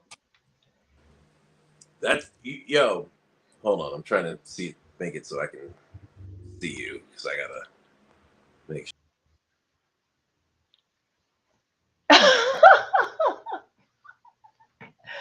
Wait, where did you go, GodCloud? Where'd you go, bro? Oh, here he is. He's back. What happened? I don't know what I did. Yo. Now I can see you. Yo, check out the Wooten brothers, yo. They're The Wooten all brothers? crazy. The Wooten brothers. Okay, and he's one of them. Yes.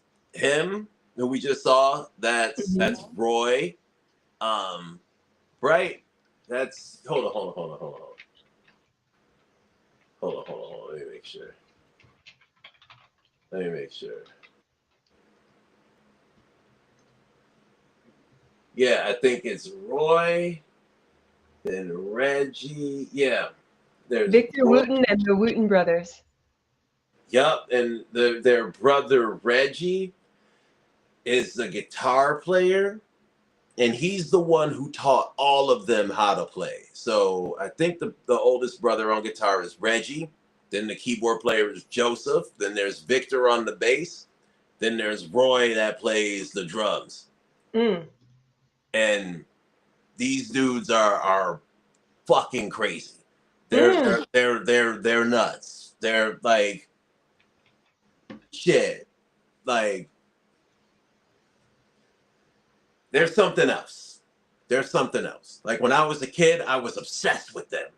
Like every time they come to town, I was like, yo, I'm like, yo, I gotta go. I gotta go.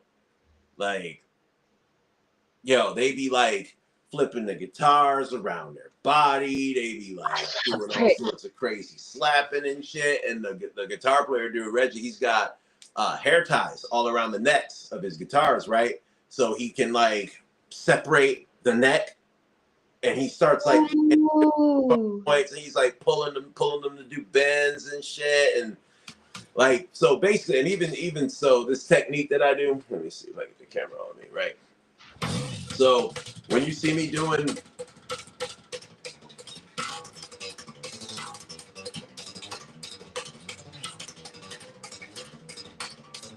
like the fast stuff like that, that's I got that from Victor Wooten, and he got that from Reggie.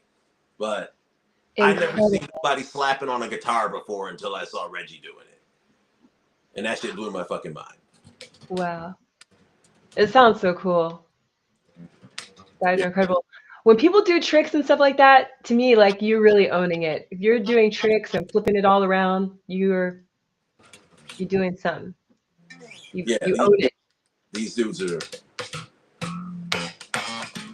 Yeah, there's something else. Sorry, I don't know. I love. Okay, here's mine. This is the one for me. Let me share this tab here. This is like my. Woo! I can't wait to have this. Let me put. Hold on a sec here. I've got it pulled up in my tab. Now I know GodCloud. I told you before that I'm obsessed with the Rolly Seaboard and the different keyboards, but this is new. Do you see this bundle? They have this new. It's like a theremin. You see this top thing? Really? It's called an airwave. Wow. So it's like a Rolly Seaboard plus this other thing. Now, for friends who don't know why I'm in love with these tools, what I love about this brand Rolly is, now I know you're used to like musicians, if you have a touch sensitive thing like this, I can touch it soft or I can tap it hard and it's going to do different things depending on how I program it. Okay. With this keyboard, same thing. You know, if I, you know, but more these pads, but you know, if I touch it soft, I can play softly, or if I bang it, it will do whatever I tell it to do. Now I can program both of these, like because of PreSonus Studio One also, I can program it to play a different sound depending on how hard I tap it. So if I tap it soft, it might play one sound. If I hit it hard, it may play a different sound. There's all these things I can do. That's cool as fuck. But the Rolly, not only can I just like the pressure, I can stroke it. I can literally stroke it. And it's not about the pressure, it's about the tactile, my finger. So if I touch it like this, is not the same sound as if I touch it like this. It's like that episode where Samantha is talking about, anyway, on Sex and the City. But my point is that these tools allow me like new ways of expression, new modalities other than simple pressure. And the addition of the airwave means that I have an additional modality. I have this new instrument that I can play by moving like close to it and far away, and I just have more. More. Yeah, I did. Wow, I had no idea that they came out with that. How new is it? Like weeks, days, or? I mean, like I only discovered it like last week. Okay. But yeah, it's like, you know, the Seaboard is amazing, but with the airwave, I'm just like, oh my gosh, please. It is so something else. Let me see if oh, this is the see, Rolly is so amazing. Here's the airwave. But yeah, I'm looking forward to doing more. I feel like I'm going to be able to create more and better with these tools. But I have to learn. I definitely have to learn more about it. I think I saw like a little video or something, and I was like, oh, I want that. I bookmark it for later. Yeah, So, that looks but fire. yeah, I gotta look into that. it does look fire. So yeah, the two instruments that I most want to play with is the Rolly with the airwave and also the theremin. I'm totally obsessed with the theremin. Do you know what a theremin? You seem Yeah, okay. yeah. Because I feel like we talked about it before. But for anyone who doesn't know what theremin is it kind of looks like it looks like a no, it kind of looks like a air cleaner or like a um, it's just like a tall, long stick kind of thing. And you play it by moving your hands like closer and far away. And GodCloud, I know you know, but for friends who've never seen it before, Mhm. and it's that sound when you watch a scary movie and whenever the ghost is coming and the sound goes, Yeah. Yeah. that's the theremin. There's some chick going like this with her hands to make Yeah. that sound, And I want to do that. So I'm looking forward to getting my hands on a theremin. I don't know what kind of music I'll make with it, but I definitely want one. Yeah. And I'm looking forward to that Rolly keyboard so that I can stroke it and tickle it and see what I can do. Make some loops with that sucker. Like I've seen some pretty advanced ones where I know they have one that goes up, then another one that goes like out, you know? So like people, they're here we go. They're doing like that looks really suggestive, but yeah, they're doing all that and it's, making all the weird sounds, So Oh my gosh, that sounds great. I very love it. I love it. cool. I should get one. I wonder how much. Let's Somebody see. told me that they make kits. Like you could get a kit and build one, and it's not Wait, that much. I'm sorry. A theremin kit? Yeah. Like, hold on.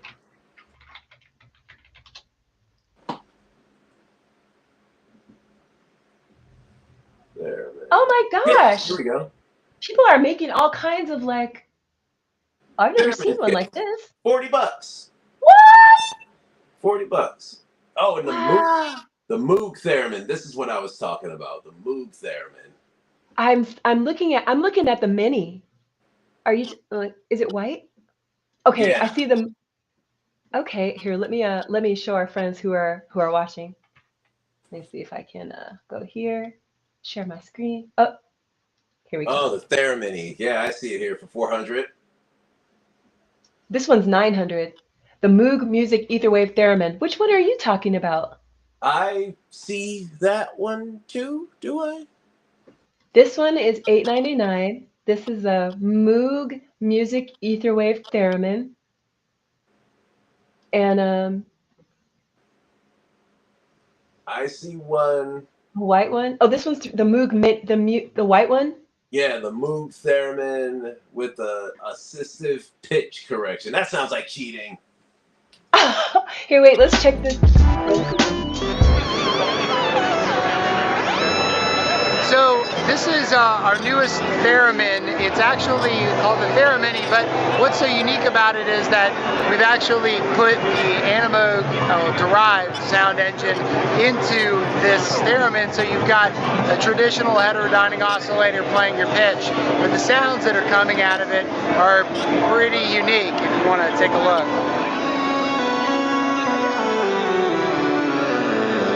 Oh, wow. If you notice, the scales are playing versus it being kind of like an invisible ribbon like a normal theremin. So it's because we put pitch correction in here, so you've got the ability to kind of learn how to play the theremin or just step through those quantized pitch steps. And so you've got a bunch of different scales that you can select from, and then you could change your root note. So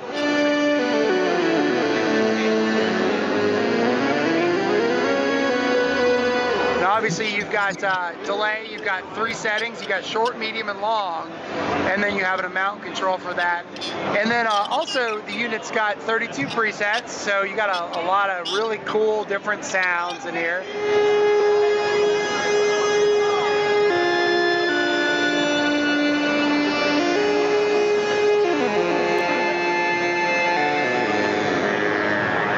You have a built-in speaker on the top. It's a 2-inch speaker. It's pretty loud, definitely loud enough for for a living room or something like that. And then there's a 1/8-inch headphone jack, so if you have earbuds, something like that, you can use those. On the rear panel, you've got 2/4-inch outputs on the rear panel that output stereo because the delay is stereo, and then there's a CV output. So if you have analog synthesizers, a lot of them have control voltage inputs, and you can use this to control a certain input on that. And then you see there's a mini USB port, and that's for MIDI input and output. So you'll be able to control synthesizers, integrate it with things like Ableton Live, and use it as like a live performance expression controller. And yeah, that's it. So Theremin is going to be shipping in. Yeah. And that's cheaper than a regular. But they got kits for like $30. Shit.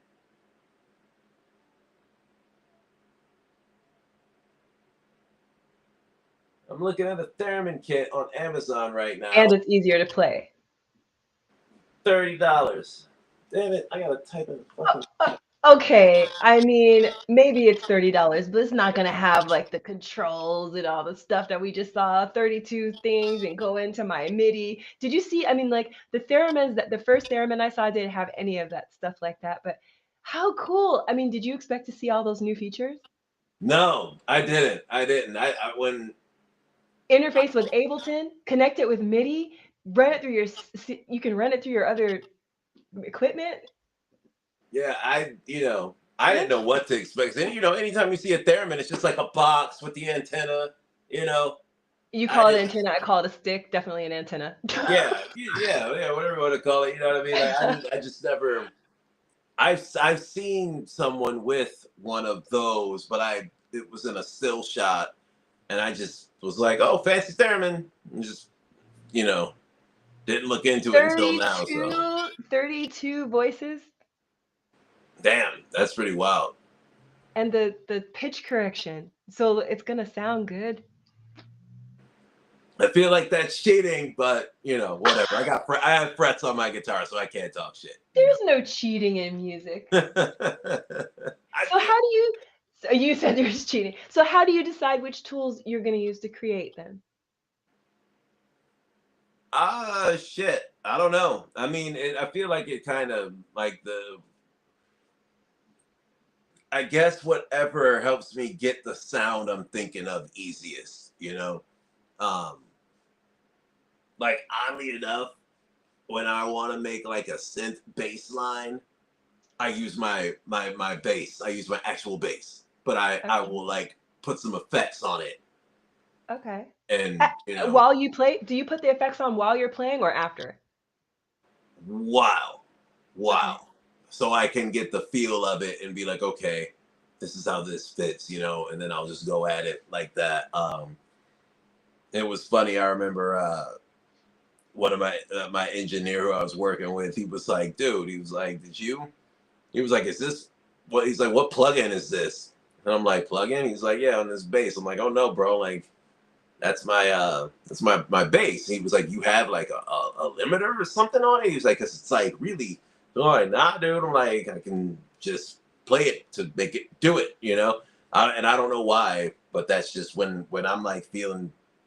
If I want like a real greasy synth bass, I get the 5-string out and it does the job, So yeah, like if I'm trying to figure out what sound, like if I'm hearing something in my head, I'm like, fuck, how can I get that? I'll like look around, be like, I could probably use that to get that, Yeah. I'm like, maybe a little cigar box guitar, maybe the P bass here, Oh, I'm all mirrored up. Yeah, maybe the P bass here, maybe the cigar box guitar, whatever, I'll figure it out somehow with something, So yeah, I guess it just comes down to what's gonna make the sound easiest. That's how I pick the tool.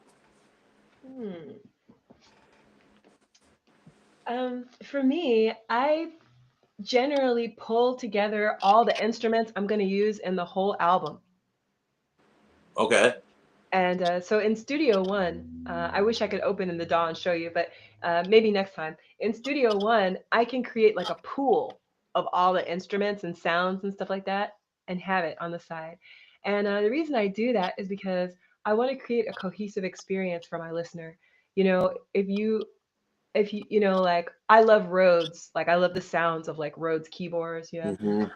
and I even talk about some of the instruments I love. I even talk about it in the song because I remember when I first started really getting into music, I would hear a sound and go, "What's that? What instrument is that?" Or, who makes that? And I remember Rhodes and just like the first painter whose name I learned was Caravaggio, the first instrument name I learned was Moog. Oh, really? No shit. Okay. Yeah, because the first I said, "That sound. What is that? Who went that's a Moog?" I said, "What? Moog? Huh?" Huh? Right. Like, are you feeling okay? Yeah. All Yeah. right. Tell me what it is. Yeah. Moog. But yeah, Yeah. I Yeah, feel so yeah. I pull all the sounds and instruments and everything. I put it all in the pool, and then I kind of I just stick with those sounds for the album because then it's an experience, and that's why when you listen to a Maximilian album, I know you haven't heard one yet. Just wait, it's coming. It does feel like an experience from song to song. You still feel like you're at the same person's house. That's smart. Yeah, that's smart. I think yeah. I think it's important to do that too. Like saying like, hey, I'm gonna use these things to do the stuff with, you know. Um, See what I try to do with that is I try to keep like the formats similar, um, like not necessarily keeping them the same, but keeping them Uh-huh. somewhat similar. You know what I mean? What do you mean? Like like structure wise, be like A B okay, A B hook bridge hook. yeah, yeah, like Ooh. stuff like that. You know what I mean? But sometimes obviously you can't just have every track be like that. So you gotta like mix it up a bit. Um, so yeah, because I have a tendency to, especially if I'm doing an album, I feel like I do like a few songs in one type of genre, and then I'm morphing into another one Me and too. another one. That's why I have to keep the instruments the same. I do this. Okay. GodCloud, this is my solution. I'm exactly like you. And this was how I fixed it. Because what was happening is I would think I was creating an album, but the songs didn't all go together because I was some of the vibe. It would just be like, where'd you come from? You Yeah. know? And so when I create the pool of all the instruments and I stick to that pool, I can go wherever the fuck I want, and it's still gonna sound like it goes together. Dig it. Yeah. That's smart. That's smart. That's smart. Because my shit before was like a patchwork quilt. It's like, oh, you got Square Pusher and Mary J. Blige, and Right. all this. Yeah. Yeah. Yeah. That's how all the early God Cloud stuff was too. Like I remember I had just ended up splitting it into like 4 EPs where I was like, all right, here's a metal one, here's a drum and bass one, here's a rap one, and here's a house one. Exactly. So, And then it's like, so I was doing this, and then this was the feedback I got. It's like, you have 4 partial albums. mm-hmm. And I said, fuck, you can't do anything with a partial album. And so I was like, how can I continue to allow myself this freedom and let what comes come, but have something that sounds cohesive when I'm through? Yeah. So That's a you good idea. so what did you do with how did you solve your situation? Did you just keep doing it, keep putting the songs in the baskets until you had 5 full albums? No, I you know what? I don't think I ever released those EPs. I remember I think I ended up like kind of taking bits and pieces from each thing and made like other Mm, stuff with it. But a lot, I abandoned a lot of music. Like I'll just be like, okay. next. Like I'll make another couple dozen tracks. You know what I mean? I'm curious. I want to hear. I'm like, damn, like what happened? I wonder what's on some of those CDs. I think I might still have them kicking around. I gotta go find. You better, but the question is, like, who's got a CD player these days? I Good do. luck. You do? Yeah, I do. Of course. But yeah. You know what? I think in a box somewhere I have a CD Walkman, just for, uh, just for trying to listen to like music. I saw this machine that, and even it is like not gonna work anymore because of my computer. But I remember for a while I wanted to invest in this like machine that lets you take CDs and like digitize it, like put it on your computer. And you might be thinking, yeah, bitch, why do you need that? Because my Mac hasn't had a disc player in it for like a long time. Look. Who's got the time machine? Okay, but guess what? Does it work though? Because Yeah, it works. oh my God. Okay, but you know what? And I'm sorry, because you know I love Apple products, but the Apple disc player portion has always been garbage. I cannot tell you how many brand new Apple products I brought where the disc player never worked properly. Yeah, no, you know what? And this one here, my buddy had a CD stuck in it for a long time. Because I remember when Exactly. yeah, Or so you I let put it him, in and you just hear that scratching sound where it's spinning and spinning, but it won't play, and then it spits out, and you're like, no. So you put it back in, it goes, yeah, and yeah. it comes out, and you're like, no. And it was, I remember I called him out on it. I'm like, yo, bro. I'm like, you can't be leaving the CDs like shit. So he was like, how do you know I did it? I'm like, bro, I don't fucking watch Ray Donovan. I'm like, Ray Donovan. That's a tell. I'm like, bro, I don't watch this shit. Like, it's this shit out of my thing. Ray Donovan. Now you're stuck with it forever. Yeah, But but yeah, that's the problem. But that's a fucking problem because that's why I even had the external drive because my internal ones they never really worked properly. Even on, I mean, I've always brought computers and equipment. I always buy brand new. So, I mean, so it still works, does it? yeah, it still Oh works, my still works. God. And listen. I don't know if I showed you this, but I think I Oh, have. I can't wait to see. Ah! Hold on, it's all plugged in. Well, you know, Oh my gosh. I have a fucking VCR. Oh, I know what that's for. Dragon Ball Z. Uh-huh. That's great. Oh my Yeah, gosh. I've got my old Peep It, right? I don't know if you remember this, but back in the day, Sony, when they were doing the Walkmans and everything, right, to compete Yeah. with the iPod, they Uh-huh. came out with a whole new file type called the A track, like Are you talking about Apple. like ADATs? No, Are you it was like a track. It was a track 3, right? And basically, what you could do is you could take a CD, like a CD-RW, right? And you could compartmentalize all the albums onto the CD. So you could put and I'm still looking for my really big mix. I saw it a while ago, but I just can't find it again. I found it, but I lost it again. So I had Super Mix, then I had Super Mix Junior, right? And you could put like hundreds of tracks onto the CD-RW and just put them in like little folders, right? So you put them in the CD player, and the folders would pop up. data? You could, Yeah. it was kind of like that, but Yeah. you could listen Yeah. to it. You know what I mean? Like you could, and so I was looking for one because I had lost the CD players. Couldn't find one, but there was a pawn shop around the corner from my house. I walked in there back in like 2000 fucking like 17, and they just had one. And I was like, yo, how much for that CD player? And everything, Maxximillian, these things were selling for like $600 at one point. And the dude's like, what do you want to do with a CD player? And I'm like, bro, how much? How much you want for it? Like, damn. He was like, $5. I'm like, here, got that shit, and Super Mix played in it, and I would use that to put all my music on. this computer, I would get viruses from LimeWire and SoulSeek all the fucking time. Oh, LimeWire. So and to this day, I've got that, I got that CD player that I bought, and it plays, and I only have Super Mix Junior right now, but I can listen to Super Mix Junior, whenever I want to, because I got that. Oh my gosh. I didn't realize that it was a new format.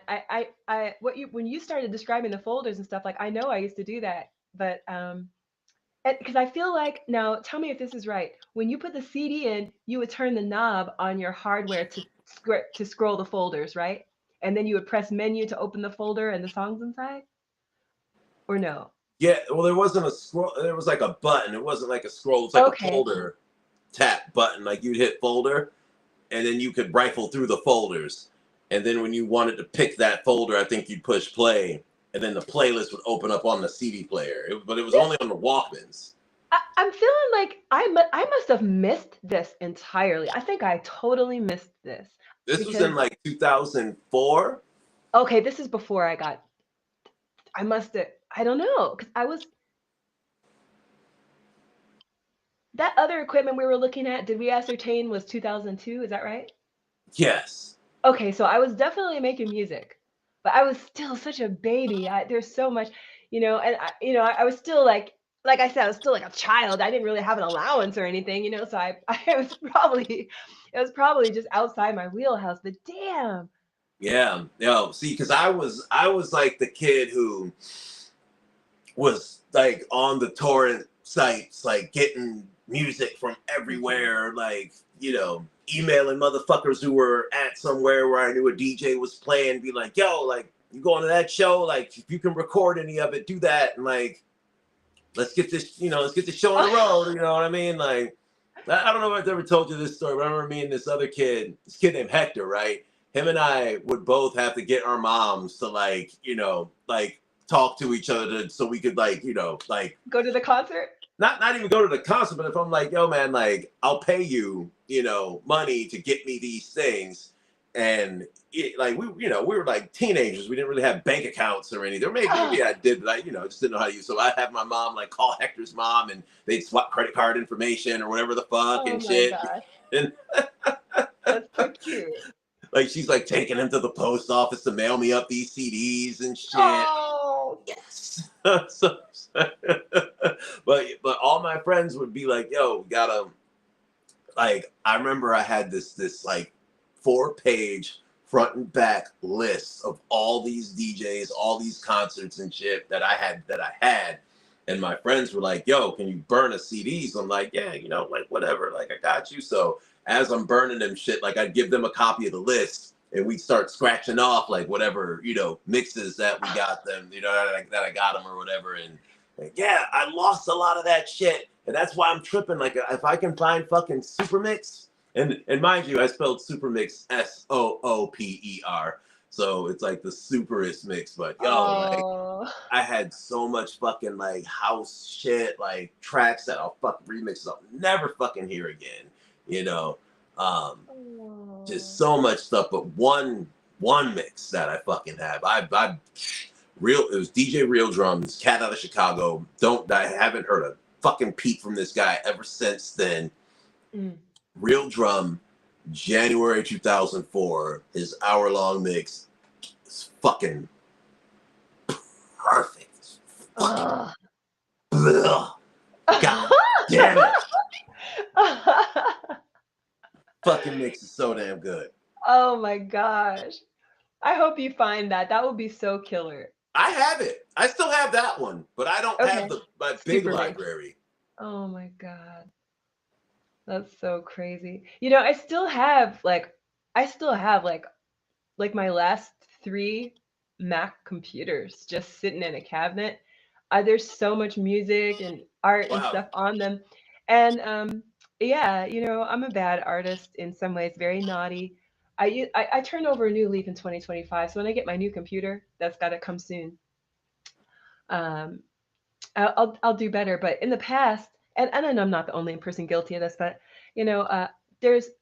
I was maybe not that great at like labeling things and archiving things properly and so on.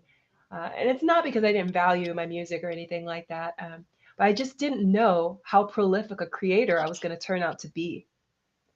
And so I wasn't at the time that I was doing all that creating, I was really in flow, and I was not aware of all the different verticals of monetization. I didn't realize that like every little noodle that I played, actually, oh, that's a sample that could be marketed, sold, and used by myself and others. Like I just didn't understand the value that every little tiny piece of music I was creating had.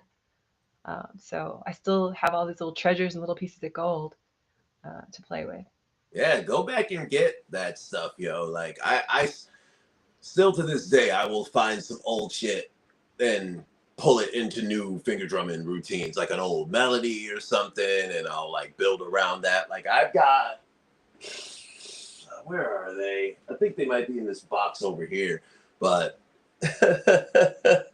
so back when I was just, really like starting to come into my own with using the MPCs my own way, Mm-hmm. because I would always kind of, when I was younger, like my dad showed me how to do it, and I would do it that way. But then when I was like, I don't want to do it like that anymore, like, because I can't do what I want, Mm. And I remember this is back when I had a key to his shop, right? And, you couldn't tell me shit back then, like that. It was like shit, like we, fuck. Like he's got all these like fucking Mercedeses and shit there and whatever, and I'm like, I got the fucking keys, like getting in all sorts of fucking trouble and shit. But like I would bring my buddies down there, and we'd be popping ecstasy and shit, and it would be really cold, and especially in the winter, it'd be fucking freezing. I didn't want to run the heat because you get pissed if I ran the heat. Be like, yo, like running the fucking heat, Bill, crazy, da da da. So we'd be in there. I'd be jamming on the fucking MPC, and everybody be like dancing in their fucking, and they're like all wrapped, bundled up, but with just steam coming out of everybody's fucking hoods and shit. And I'm just like, yeah. And I have the recording from one of those nights because I was recording it into this little karaoke machine that I Oh my God. think I told you about. So yeah, yo, this is back in those days, back like 2005, like 2004. Yeah, yo, yeah, fucking old days, yo, and good shit. Well, that brings me to the perfect question. How does nostalgia influence your songwriting? Oh boy, nostalgia. Well, I think with me anyway, I try to capture feelings that I got when I was a kid, first discovering shit, like really. And I can, and I think this really contributes to a lot of like my sound selection. So I used to play a lot of video games, and not only that, but we'd fall in love with the sound banks. I don't know if you remember when you go into options and it had the little sound effects section, right? We used to love running through that. And try to make beats with that, when we were kids, Same thing with that little karaoke machine. I had that karaoke machine from when I was like 8 years old up till when I was like fucking grown, like a grown degenerate with my little like karaoke machine from when I was a kid, And yeah, I think I always try to encapsulate those feelings or those memories, like just when, it was us trying to figure out how to get some sounds and manipulate them, but I always want to try to bring that video game feeling to it, because I tell you what, like say what you want, but when you get to a new level, especially a level you've never gotten to before, and that new music hits. Yes, I know. There's something to that. Like imagine you got a CD, but you can't listen to the next track until you solve a puzzle. When you get to that next track, Oh, you just gave me an idea for the new music NFTs. puzzle music, like yeah, You gotta unlock this shit, motherfucker. But Right? there's But think about that. That's interesting. yeah, and there's some accomplishment there. Like I can remember, one of my earliest memories is when I got to the 4th level in Sonic Sonic the Hedgehog 1. I think it was the 4th level anyway, right? Spring Yard Zone, is that the 4th or 3rd level? Hold on, let me look this You know the levels by name? There should be a poem for that. up. Yo, that shit was iconic, yo. Spring Yard Zone. Let me see. Yeah, because it was Emerald Hill Zone, then it was the Marble Zone, and then I think Spring Yard Zone was 3, right? Or was it? Spring Yard Zone. Sorry. Trying to see here. But yeah, when I was little, it was really hard. Yep, it's the 3rd zone. Spring Yard Zone is the 3rd zone. But when I got the Spring Yard Zone by myself that first time, I remember I was probably about like 5 years old. Man, shit, yo. That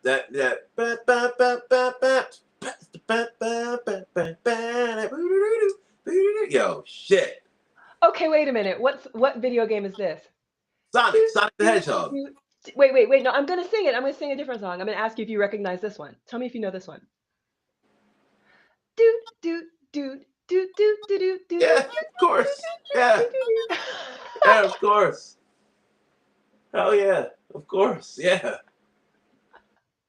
Yeah, but even the old Nintendo games, like, yo, like, yeah, so I try to bring that, like... Okay, so wait a minute. The reason why I brought that up is because I remember when I got to that one level and the music was like... Yeah.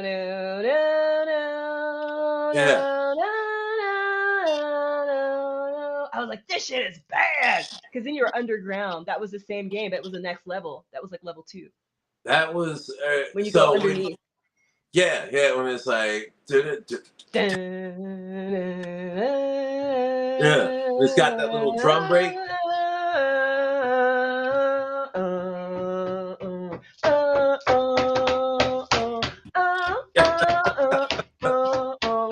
Yo, I was like, this shit is hard. Yeah. Yes.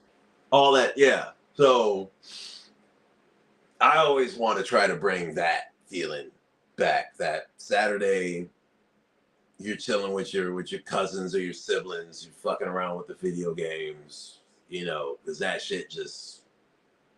Video game music is fucking fly. And it is. Yeah. It definitely is. Shit. Uh-oh. Can you hear me? Damn it. Yeah, I can hear you. Yes. Uh-oh. I better... It's so funny. Whenever that happens to GodCloud, he gets a call and it freezes for him, so he thinks that we can't see and hear him, but we always can. Whenever that happens, I know it freezes for you, but we can totally hear and see you when that happens. But I know it freezes for you. I know. That's so funny. But that's so funny. What you gonna do? So nostalgia, how nostalgia influences my songwriting, I think it's really about the instruments for me and also the sound. Okay. And so most people who've been following me for a while know that I'm from California, and I was born there, and I grew up there as well. And there's certain sounds that to me just screams California, and definitely the music that my parents were listening to as I grew up. And so if you've been following me for a while, you also know that my biological father is also a musician. And I think that probably had a lot to do also with like my interest in music, because my parents would often quiz me about what song was playing, who sings this, Mm-hmm. who sings this, it's constant pop quiz, and so, during those times, like I think they were listening to all kinds of stuff, but the songs and the sounds that really resonate with me was I really love the sound of Steely Dan. Okay. And there's like certain other groups too, like Earth, Wind and Fire.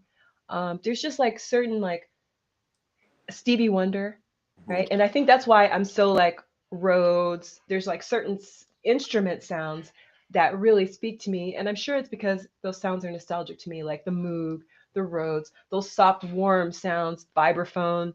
I think those were maybe popular sounds in like California jazz and like the kind of music that maybe my parents were vibing with when I was growing up. So for me, nostalgia influences my songwriting in terms of like the sounds that I choose, and maybe a little bit the attitude. Hmm. I feel like there definitely was like a super. I don't know what it is, but I just feel like the more we go back in time, the more romantic people were.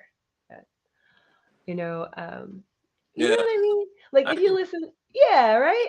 yeah. Uh, Even in terms of like what's a good time, like what was a good time then? If you listen to the songs, you're like, we're walking down the beach, we're holding hands, we're laughing, we're doing this, and so there's a certain ease and a vibe to that, and so I love that.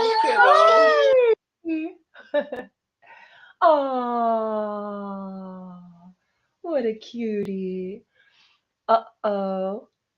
Oh, oh, she's so cute. Oh, he's the best dad ever.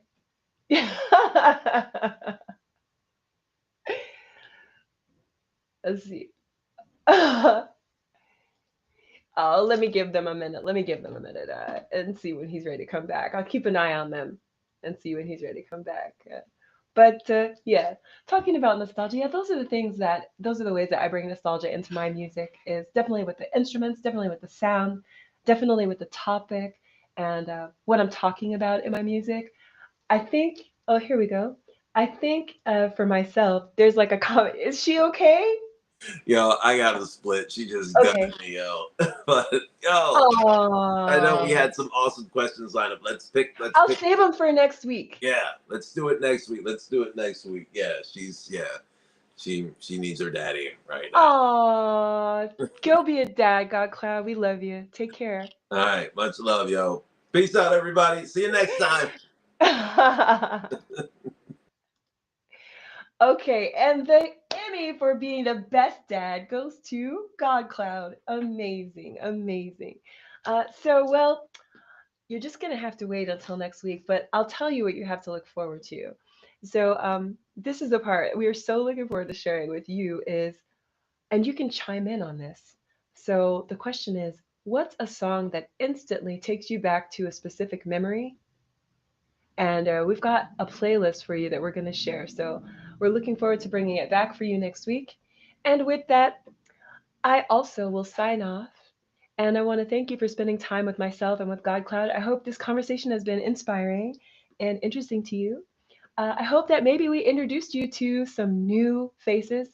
Maybe we introduced you to some new musicians. Definitely, I was introduced to some new musicians, and I'm so looking forward to following up with that. And yeah, I'm looking at GodCloud's playlist here. Woo! It's going to be really fun. So I hope you'll join us again next week for On-Chain Music Cabal. And in a few weeks, we'll be doing it live from East Denver. It'll be myself, GodCloud, Adibody, and we'll see who else joins us live in Denver from the official East Denver podcast studio, where we'll be recording the live episode. You'll also see me there with our other friends like Creatress, and who knows what other friends will be able to join me live. If you're watching this and you're going to be at the Ethereum Denver conference at the end of February, I hope that you'll please holler at me. I would love to meet you. I'd love to see you. And I look forward to wrapping it up with you in person. So that'll be really fun. Anyway, I'm going to let you get into your weekend and I'm going to get into mine. Take care. And I'll see you really, really, really soon. Like Tuesday.